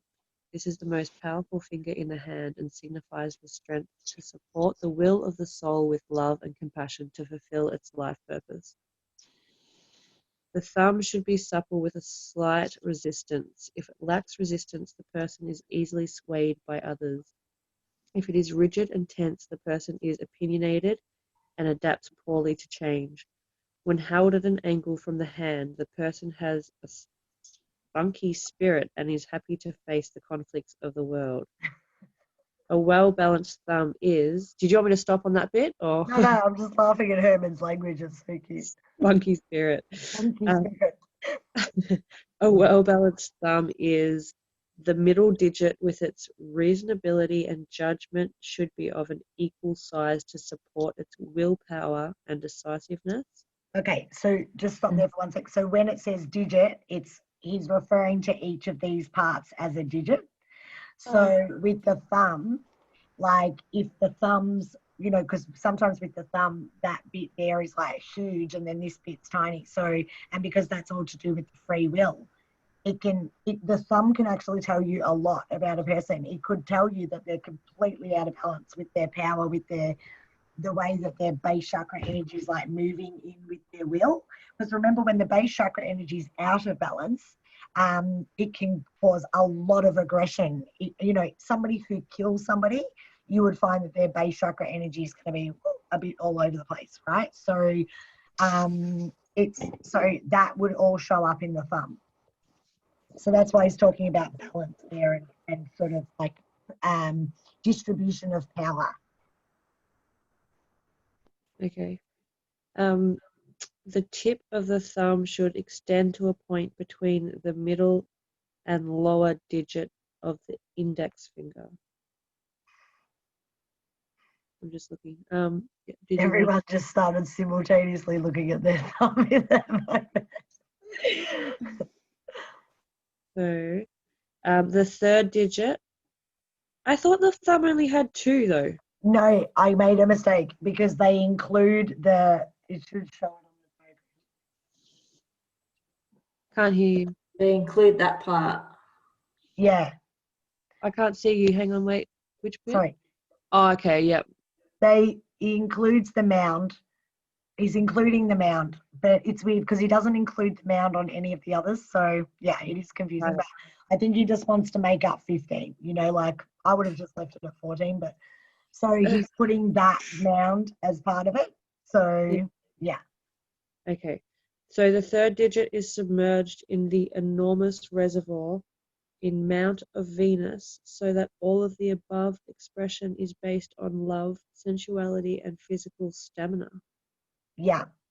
So think about that, right? When you put your will into the world, I will do this. This is my will. This is what I want. This is my choice. This is my free will. It's all coming from that, what Jess just said. It's all coming from love. And think about it, we sort of under the thumb, there's so many expressions about the thumb, like under the thumb or thumbs up, or you know what I mean? Thumbing a lift, you know, like, so there's a lot of like thumb sort of thing in terms of direction, like it's that way, mate, you know, or good one, or thumbs down, you know what I mean? So it's very much our yes and our no and our good and I want this, I don't want that, you know what I mean? So but it's all coming from that space of love and base chakra energy. Yeah, cool. Okay, so length. A thumb that extends beyond the first digit is considered a long thumb. A person with a long thumb will make something of themselves. This part of the hand... It's saying if it extends beyond the first digit of this finger. So it's saying like if the thumb, like my thumb only reaches, my thumb doesn't even reach halfway into that bit. So if your thumb's like reaching to the top of that first digit on that finger, he's saying that's like a long thumb. Yeah. Okay. A thumb that extends beyond the first digit finger is considered a long thumb. A person with a long thumb will make something of themselves. This part of the hand reaches up to the active quadrant with the strength of will and physical stamina. This one can be over-ambitious and lack some sensitivity and warmth in the process of the expression of their will. Yeah. Okay, thank you, Jess. So when he was referring there to the quadrants, That's a whole other thing that we haven't learnt yet, but it is on one of the pages there. But basically, these, Can't hear you. wow, I don't know what's going on. You can hear me so well over there. I don't know, maybe I'm because I'm so far from the Wi-Fi now. So basically, we haven't learnt the quadrants yet, but we just referred to the active quadrant. That's another thing that we need to learn about the hands. I'll teach you that on Saturday, I think, because it's too much for now. But basically, we also split the hand into 4 quadrants. So he's referring to the active quadrant. So if you come across the words quadrants, we just haven't learned that yet, but it's another bit to learn. That's just the like passive, outer, giving, receiving, inner-outer. Yeah. I mean, when I say we haven't learned that yet, you've learned that at the course, but we haven't spoken about it tonight. Yeah. See, for Melanie and Patricia, they didn't do hands at their course. Right. I didn't even get to it. Their course. We're too busy summoning past ghosts or something. I don't know what we're doing. But Wow. lots of things, as you can imagine. So so basically, the quadrants is a whole other thing. All right, but the thumb extends, like, there are 4 quadrants and some of the fingers fit into different quadrants. So he was just saying that if the thumb extends up into the different quadrant, that says something about the person as well. So he was talking about the length of the thumb. So when we do the quadrants, you can loop back to that information. Okay. Yep. So a thumb that ends near the base of the index finger is a short thumb. This one has less of the capacity to act and express their passive emotions. Yeah, because their thumb is finishing in the passive quadrant rather than the active quadrant. I'll just sort of hang out. So basically, we split the hand into 4 quadrants. Now, remember, we say that this is the internal world. So the active quadrant is the top. So go to the quadrants page, because then you can get a visual. Which page is that? It's the 102, I think. Oh, no. 99. Pardon? 99. 99. Yeah. So the 2 top quadrants are the active quadrants, because if you think about it, you can do things with this part of your hand, but you can't actually do things with this part of your hand. So this is the passive. This is the passive part of your hand, and this is the active part of your hand. So we've got, and then when we hold our hands like this, we've got the inner active and the outer active. So even though you would think that this is the outer, because when we hold our hands like this is the outer. So even though we usually hold our hands like this, and you think that this is the outer and that's the inner, when we've got our hands face down like that, that's the inner and that's the outer. So it's the inner active, the outer active, and the inner passive and the outer passive. So it's just splitting the 4 into quadrants. All right, I don't want to go too much into that right this moment, because I don't want us to get too overwhelmed. All right, so go back to the finger, but just when we refers to quadrants, that's what he's referring to, is that page, okay? Okay, so now we're up to setting.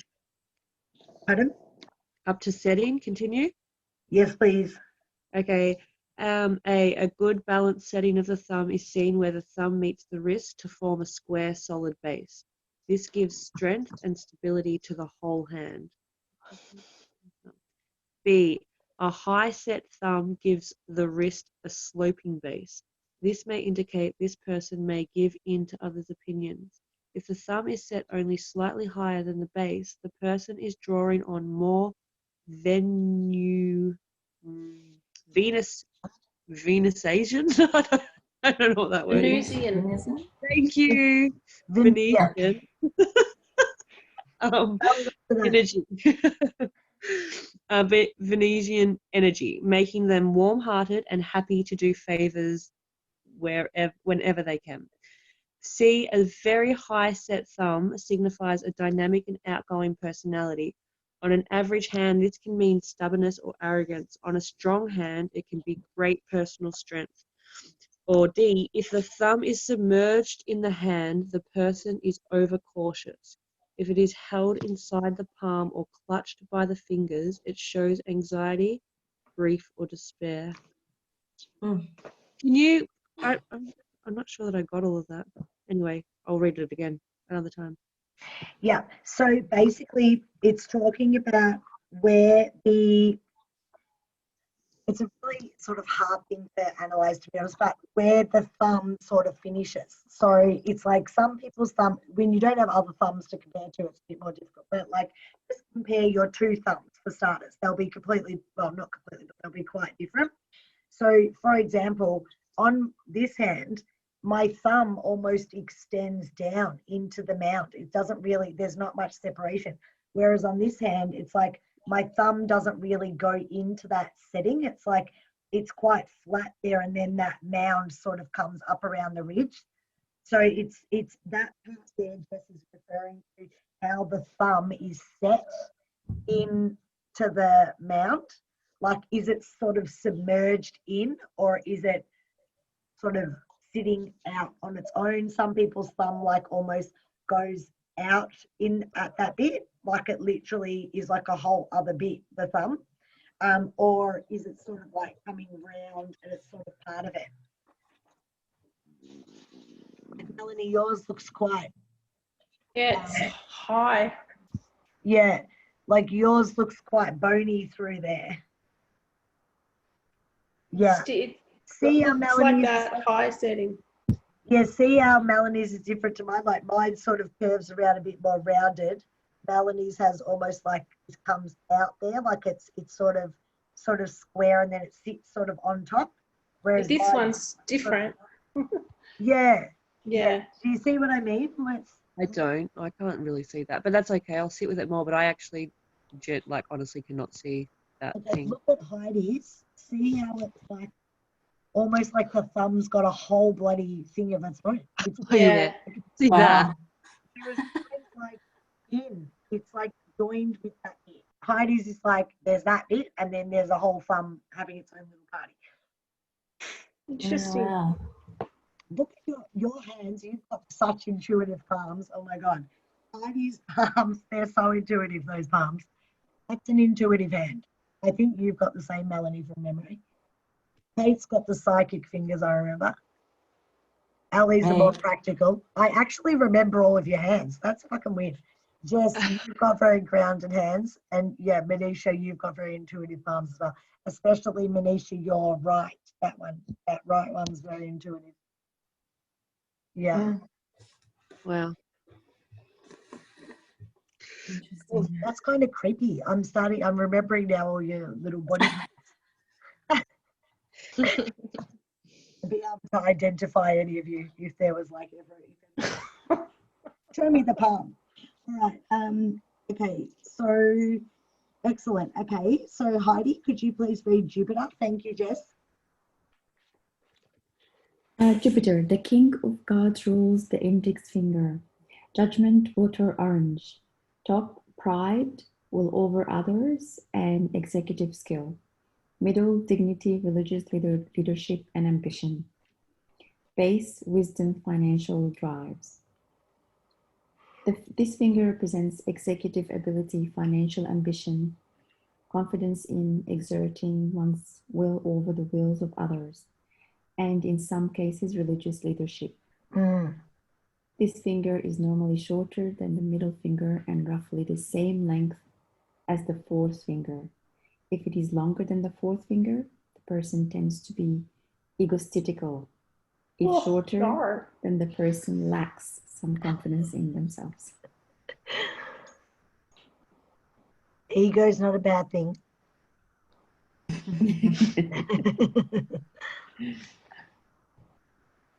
Okay, is that it?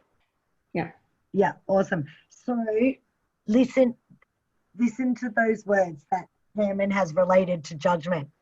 He's related it to pride, will over others and executive skill, dignity, religious leadership, ambition, wisdom, financial drive. So he's linked all of that into those are the sorts of characteristics that almost like form somebody's judgment.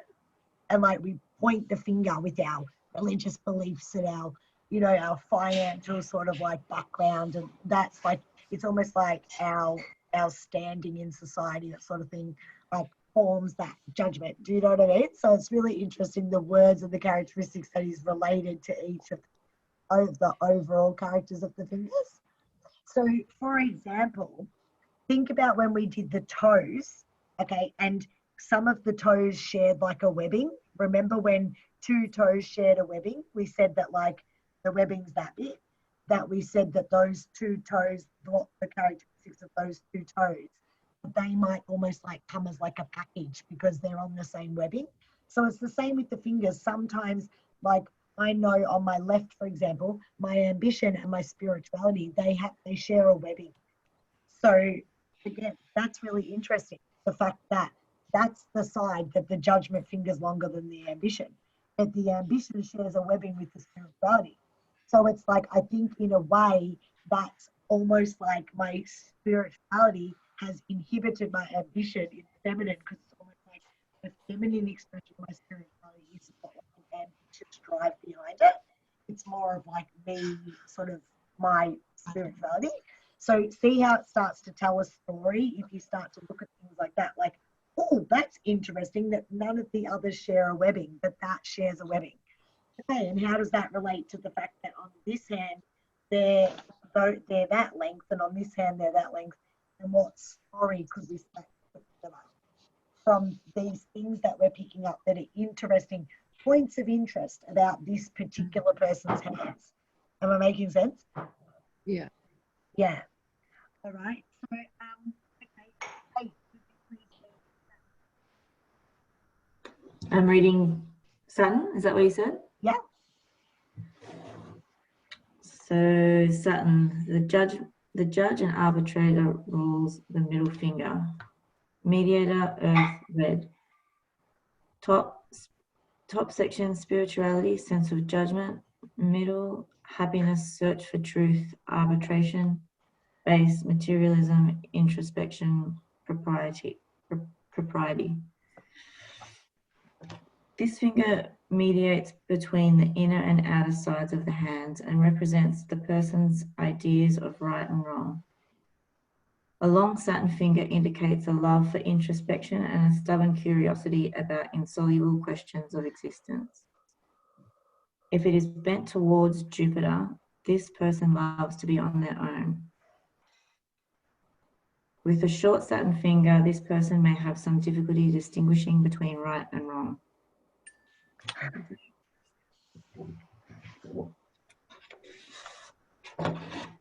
We need to, I was just thinking, I just had a moment of thinking, we should do a hand reading on some of the politicians at the moment.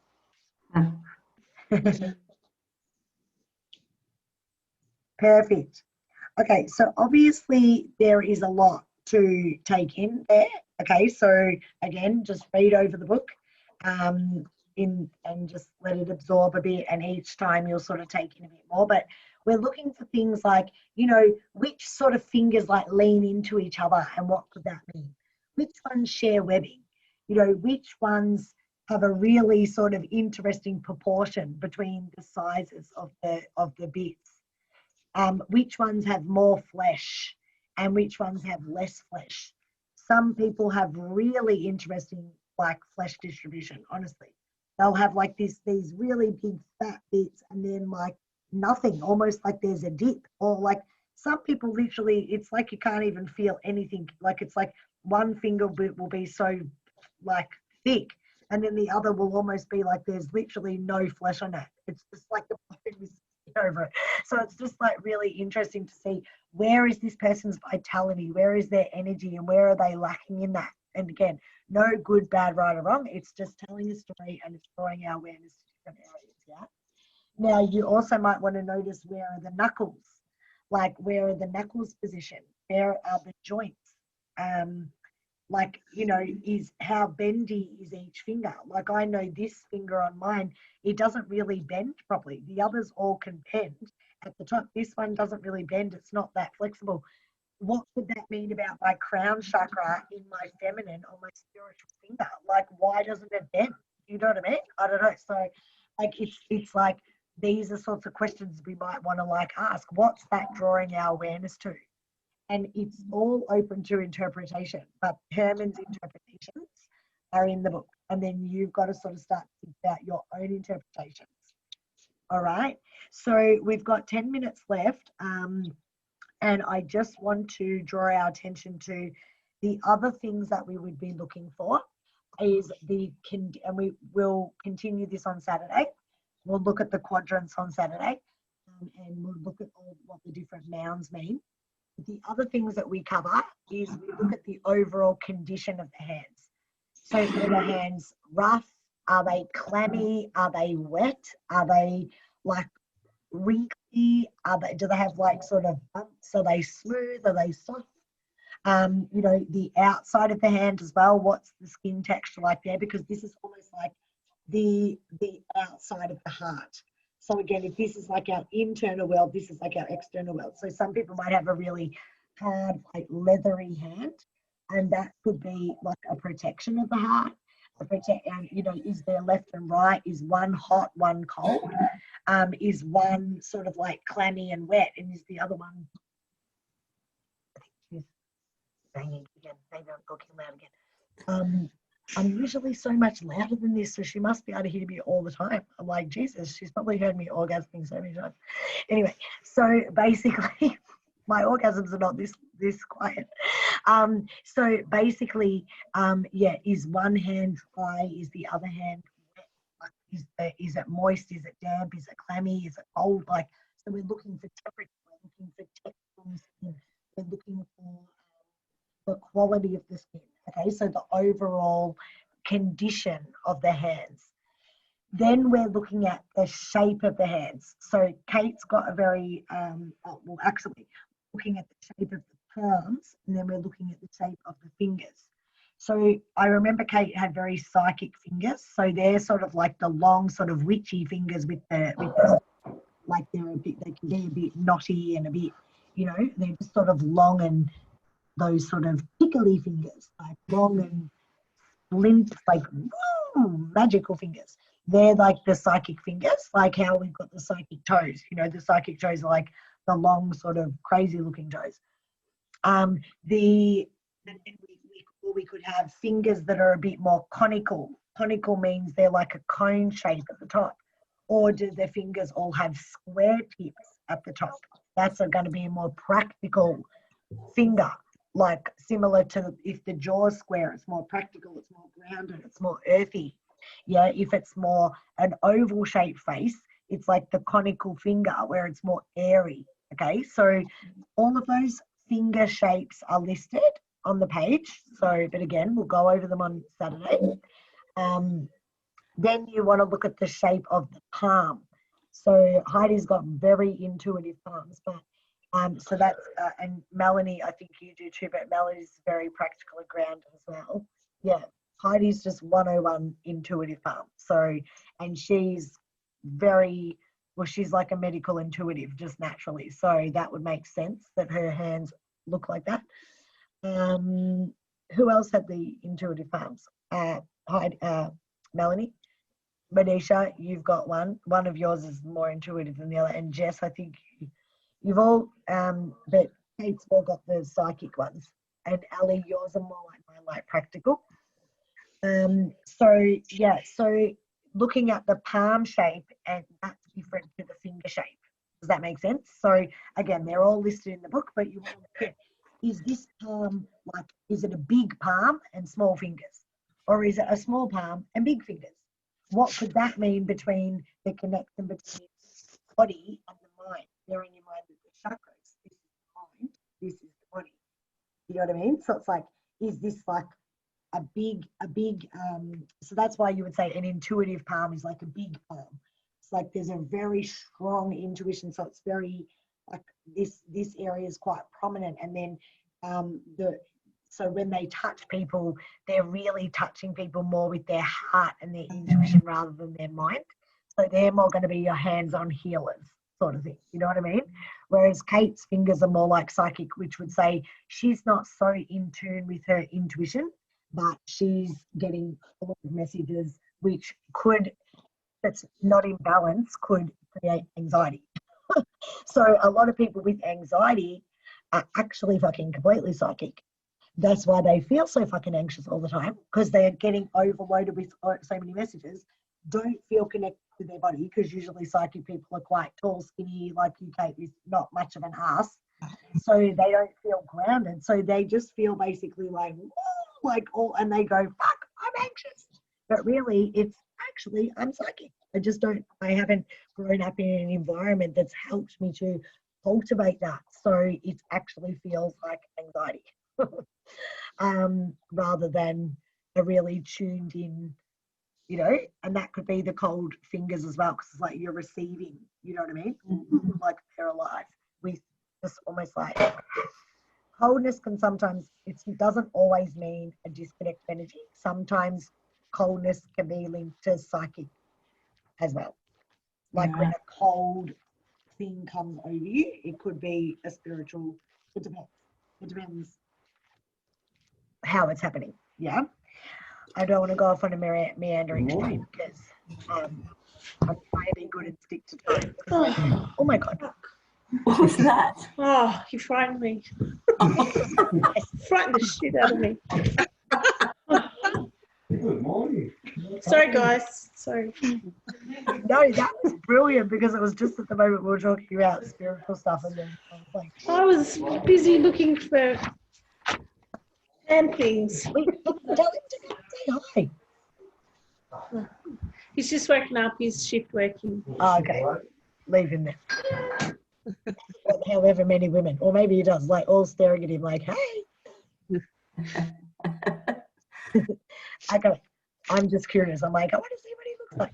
Anyway, okay, so yeah, so you've got the shape, you've got the shape of the fingertips, you've got the overall sort of length of the fingertips, you've got the way that they lean into each other, you've got the position of the hands. So there's a lot to consider.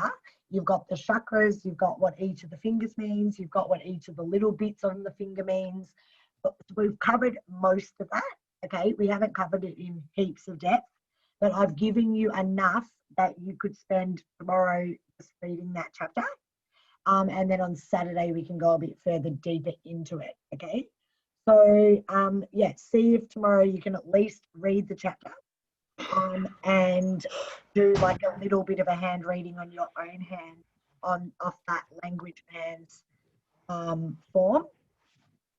And that will prepare us to, you know, to have questions for Saturday, or to, you know, go over it a bit more in depth on Saturday. But honestly, like, I don't want anybody getting overwhelmed, okay? So I don't want anybody saying to me, oh my God, so much of everything. I'm like, okay, well, yes, it is so much. So just go back to the chakras and the condition of the hand and the fucking finger shape. Seriously.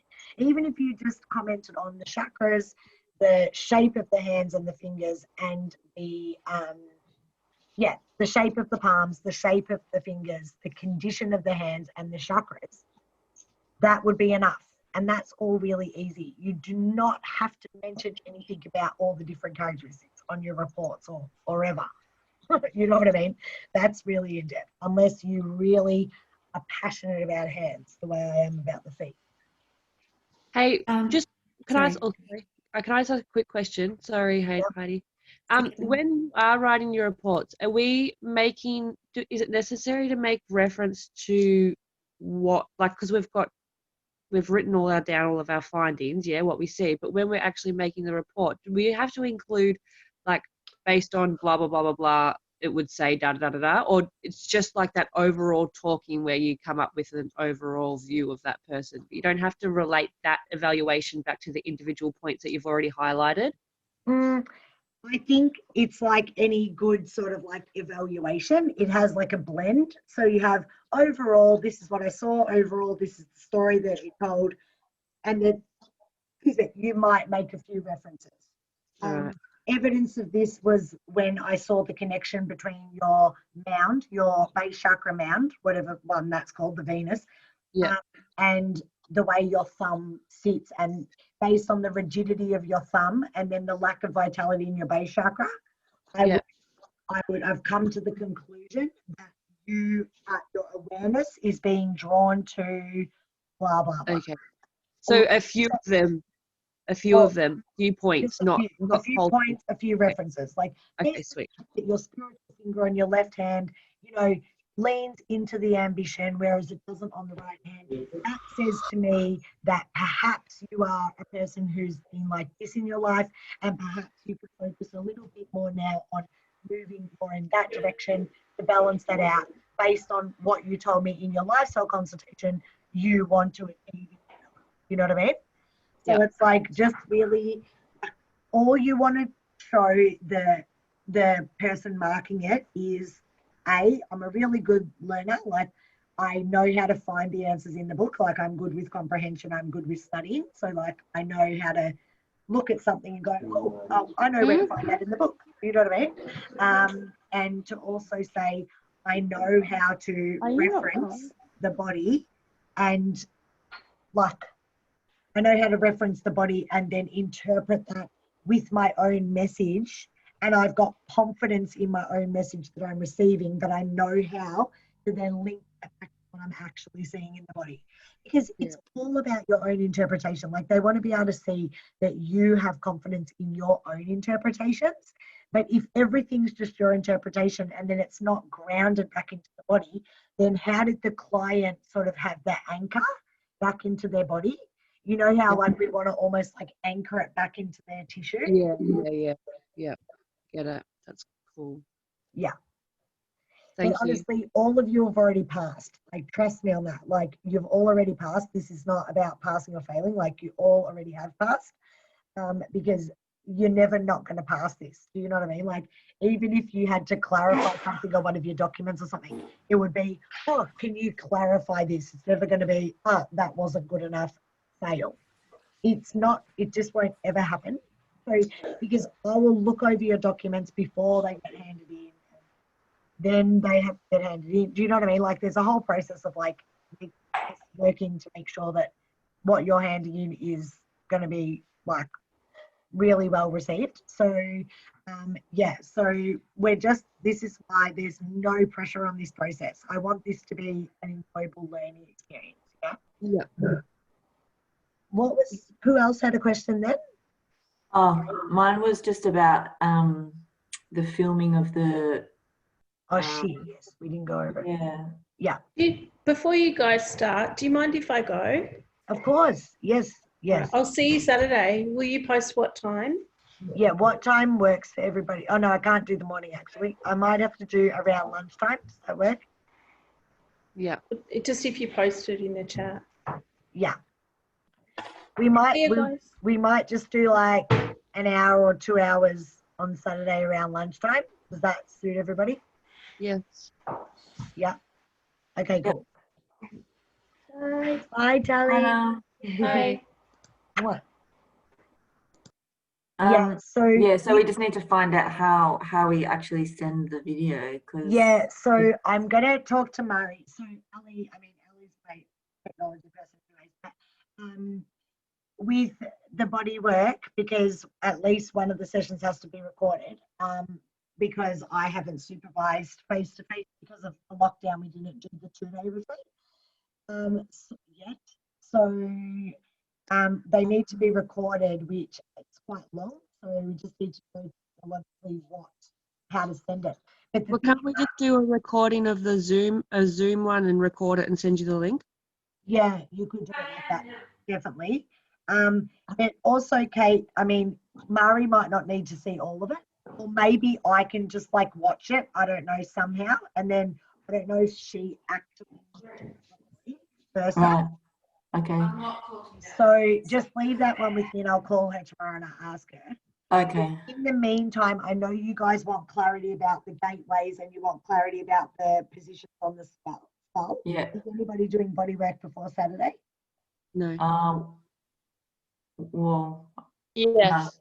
Jess and I were going to, weren't we gonna? We can do it after lunch, I guess.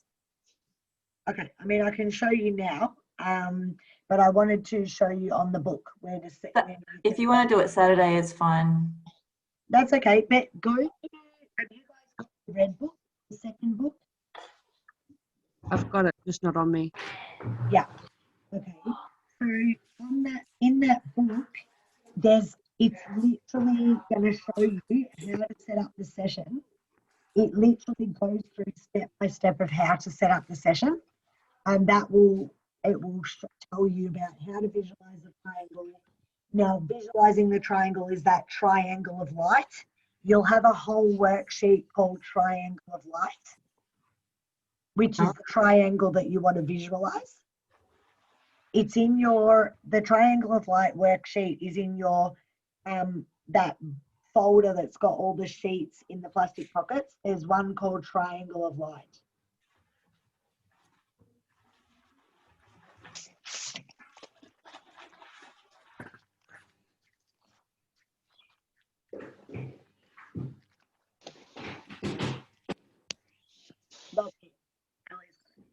So that's visualize the triangle. That's what I visualize. Yeah. So it says, so one of the bits of the instructions will be visualize the triangle. Sorry? One of the instructions when you're setting up the bodywork session, it will say visualize the triangle of light. So that's what it's talking about, the triangle of light on that worksheet. So you stand at the top of your head, and you visualize that triangle when you're holding the points. So basically, just as a basic outline, if you feel at the back of your skull, there's almost like your skull almost has these two like bits at the back where you can literally hook your fingers in. Everybody's different. Some people you can freaking hook your fingers like literally right under their skull and almost like feel like, mine not so much.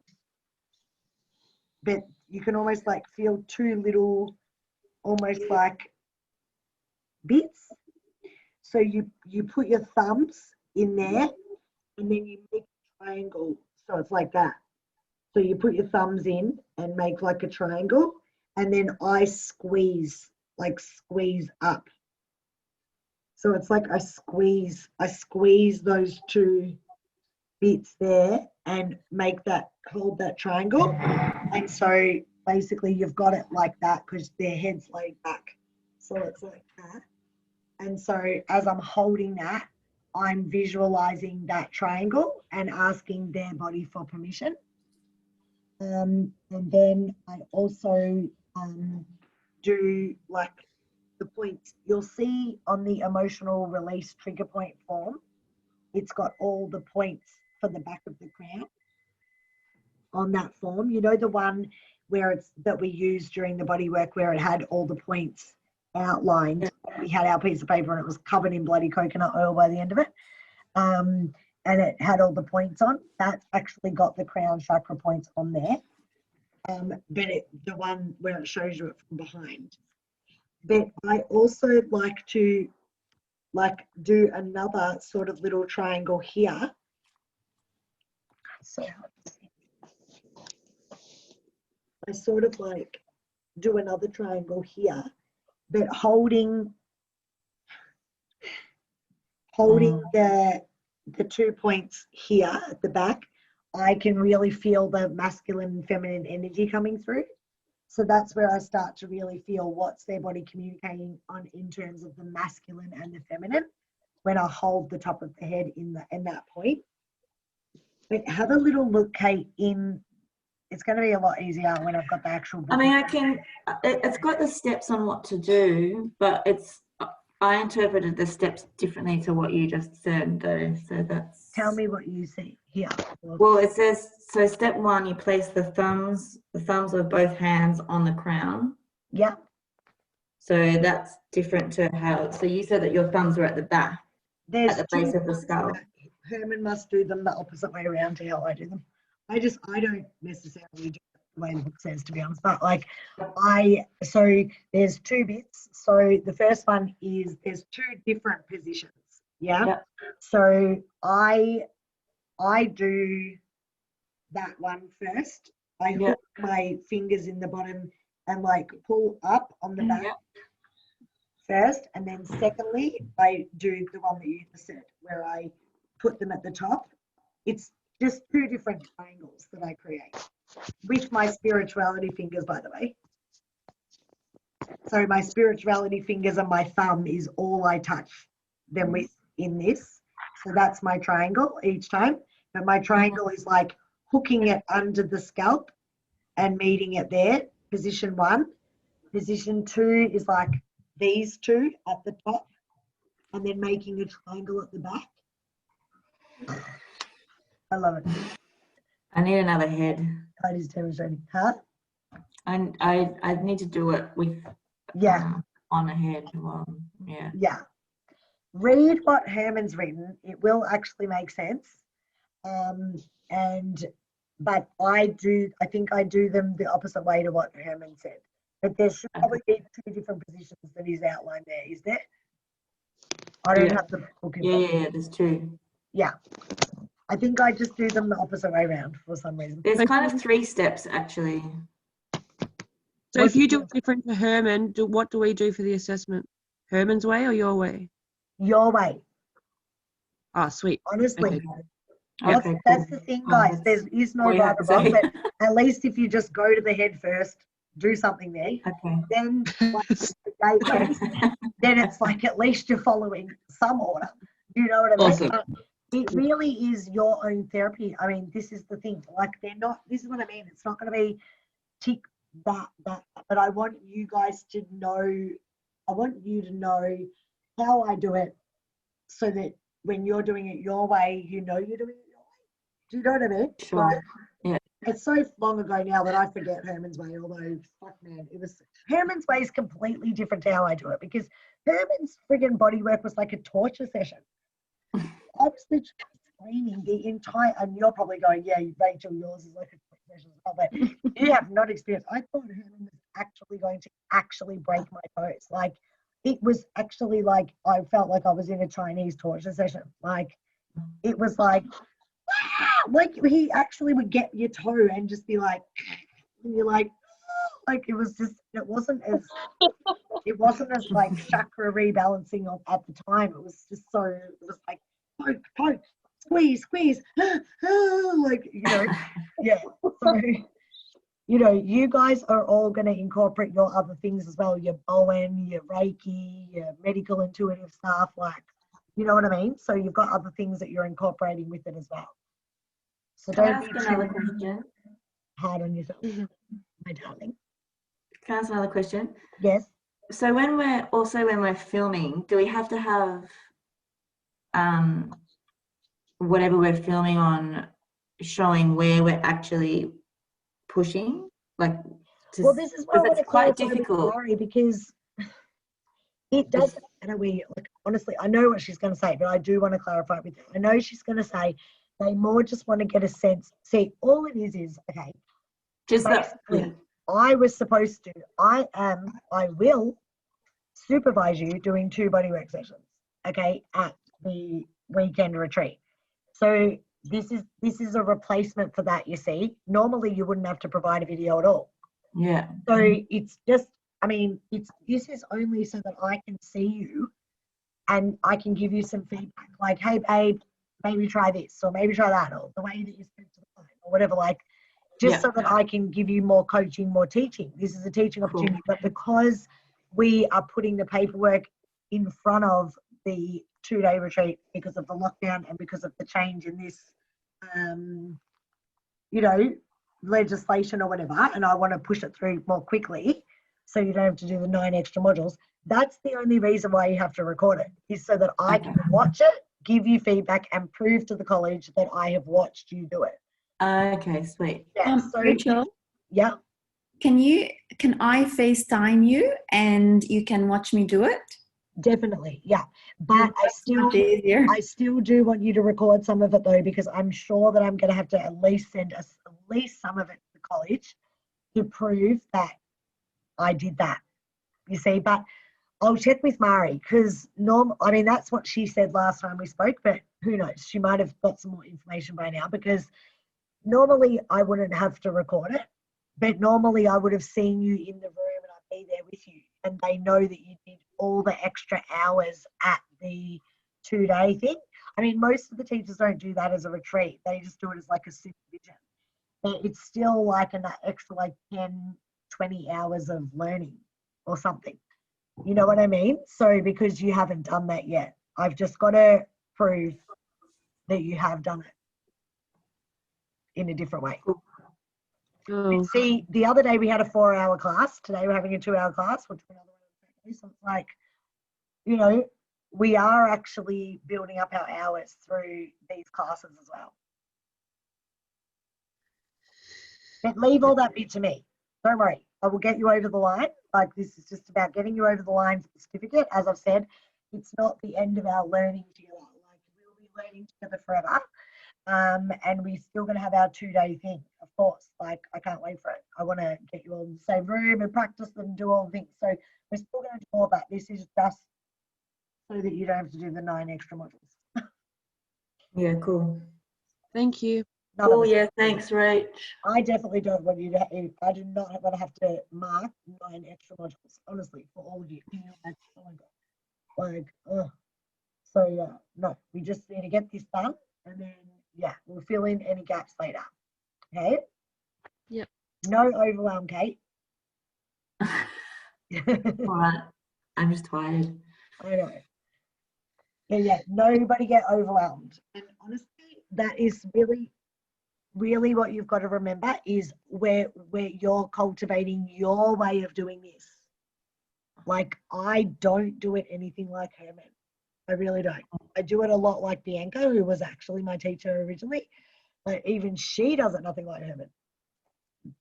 So when I was in Herman's classroom, I did have to do it his way because he was a very strict teacher, but he's dead. So he's not, well, but he is, but he's not going to be reading your reports. He's not going to be, I mean, if he was alive right now, I would have a lot more things to tell you. Like, you've got to use this certain pen, you've got to have that certain handwriting. Oh my God. But he's not here. So we are just doing it Mari's way now, which is, it's like dad's gone and we're doing it mum's way, you know? Like, yeah. In my family, that was like much better. Rachel, with the body drawings, red for the drawing. Red pen, yeah, still do red pen for the body drawings.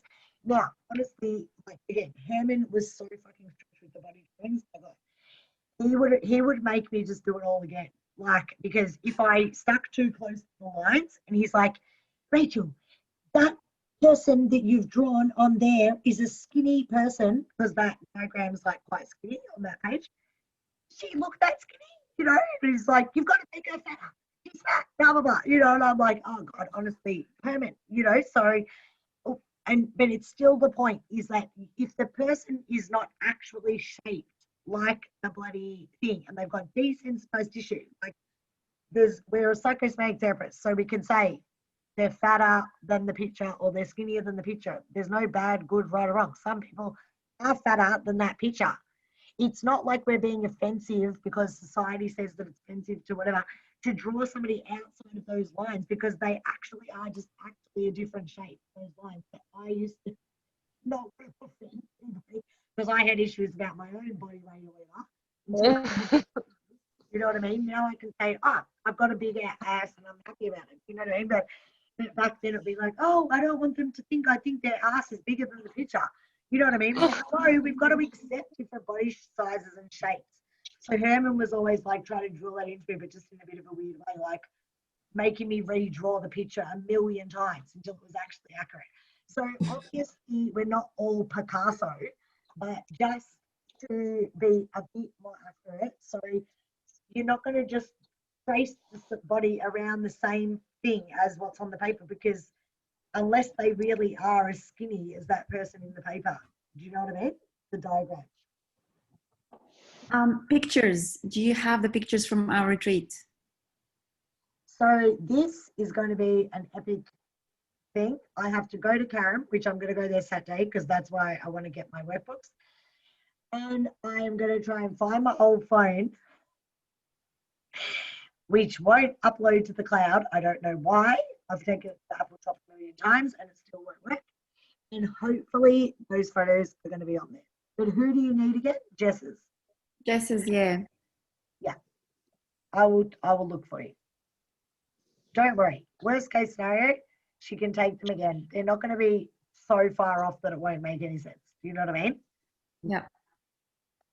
I don't mean to sound awful, but they're not going to go over your work with like a full fine tooth comb. Like they're, you know what I mean? Like they want to get a sense, like they're going to go more off what I tell them, which is she's awesome, she's great, she's amazing. Do you know what I mean? So yeah, it's more just like evidence that you have done it and that you're on the right track and that you can use the language and you comprehend and you know how it works.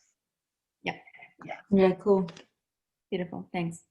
Yeah, a picture of Scott would be good because I called him and or I messaged him and he has no space to get involved in it.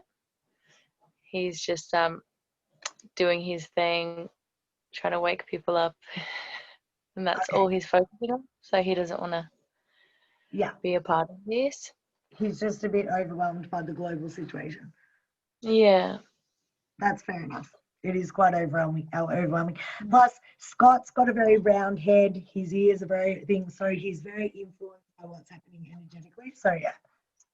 I might give him a follow as well. So, but I do definitely think I've got Scott's pictures, and I feel like I've got yours too, Jess. But yeah, but we'll sort it out. I mean, God, it's really not hard for him to get somebody just to take a picture of him from the front, a picture of him from the back, and a picture from him from the side. You know what I mean? But obviously, it is too much for him right now, so but we'll respect that. But that's okay. But I might be able to ask Mari if we could get away with not doing the photos for that, for just one. You know what I mean? Let's see. I'll talk to Mari before Saturday and get a bit of clarity. But are you sure that you don't have them on your phone, babe? Like, are you sure? Are you guys sure you don't have them? I don't even remember photos being taken at all. There definitely were, but sometimes like we get so carried away with the lining on the string. I mean, to be honest, your retreat was like quite intense because that's when I had Jess's grandmother come into my body. That was the first time that had ever happened. And we're doing the string line and then next minute I'm on the floor.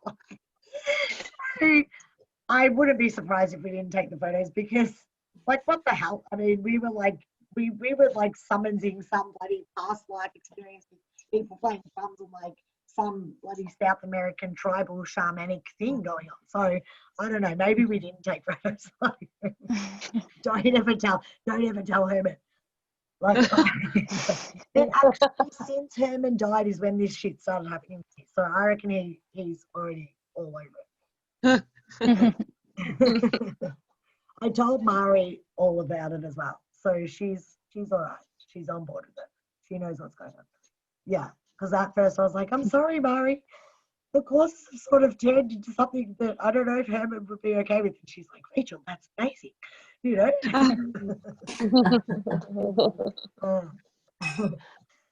So yeah. Oh, good news. But don't worry, we'll work out whatever we've got to do. And I'll see if I can have a word with Scott. But I don't know, maybe it depends how popular I am with you at the moment. Probably not that popular. I'm going to go to sleep. I'm so tired. Yeah. Okay, Good my night. darlings. Rachel, thanks everyone. Bye. Love you all. Bye. Thank you. Bye. Love you so much. Ali, I'll call you tomorrow. Hmm? Oh, she's gone. Oh, there. You're moving from all over my screen. I'll call you tomorrow. I'm free tomorrow. I'm not working. Okay, I'll give you a buzz. Thanks. Bye. Bye.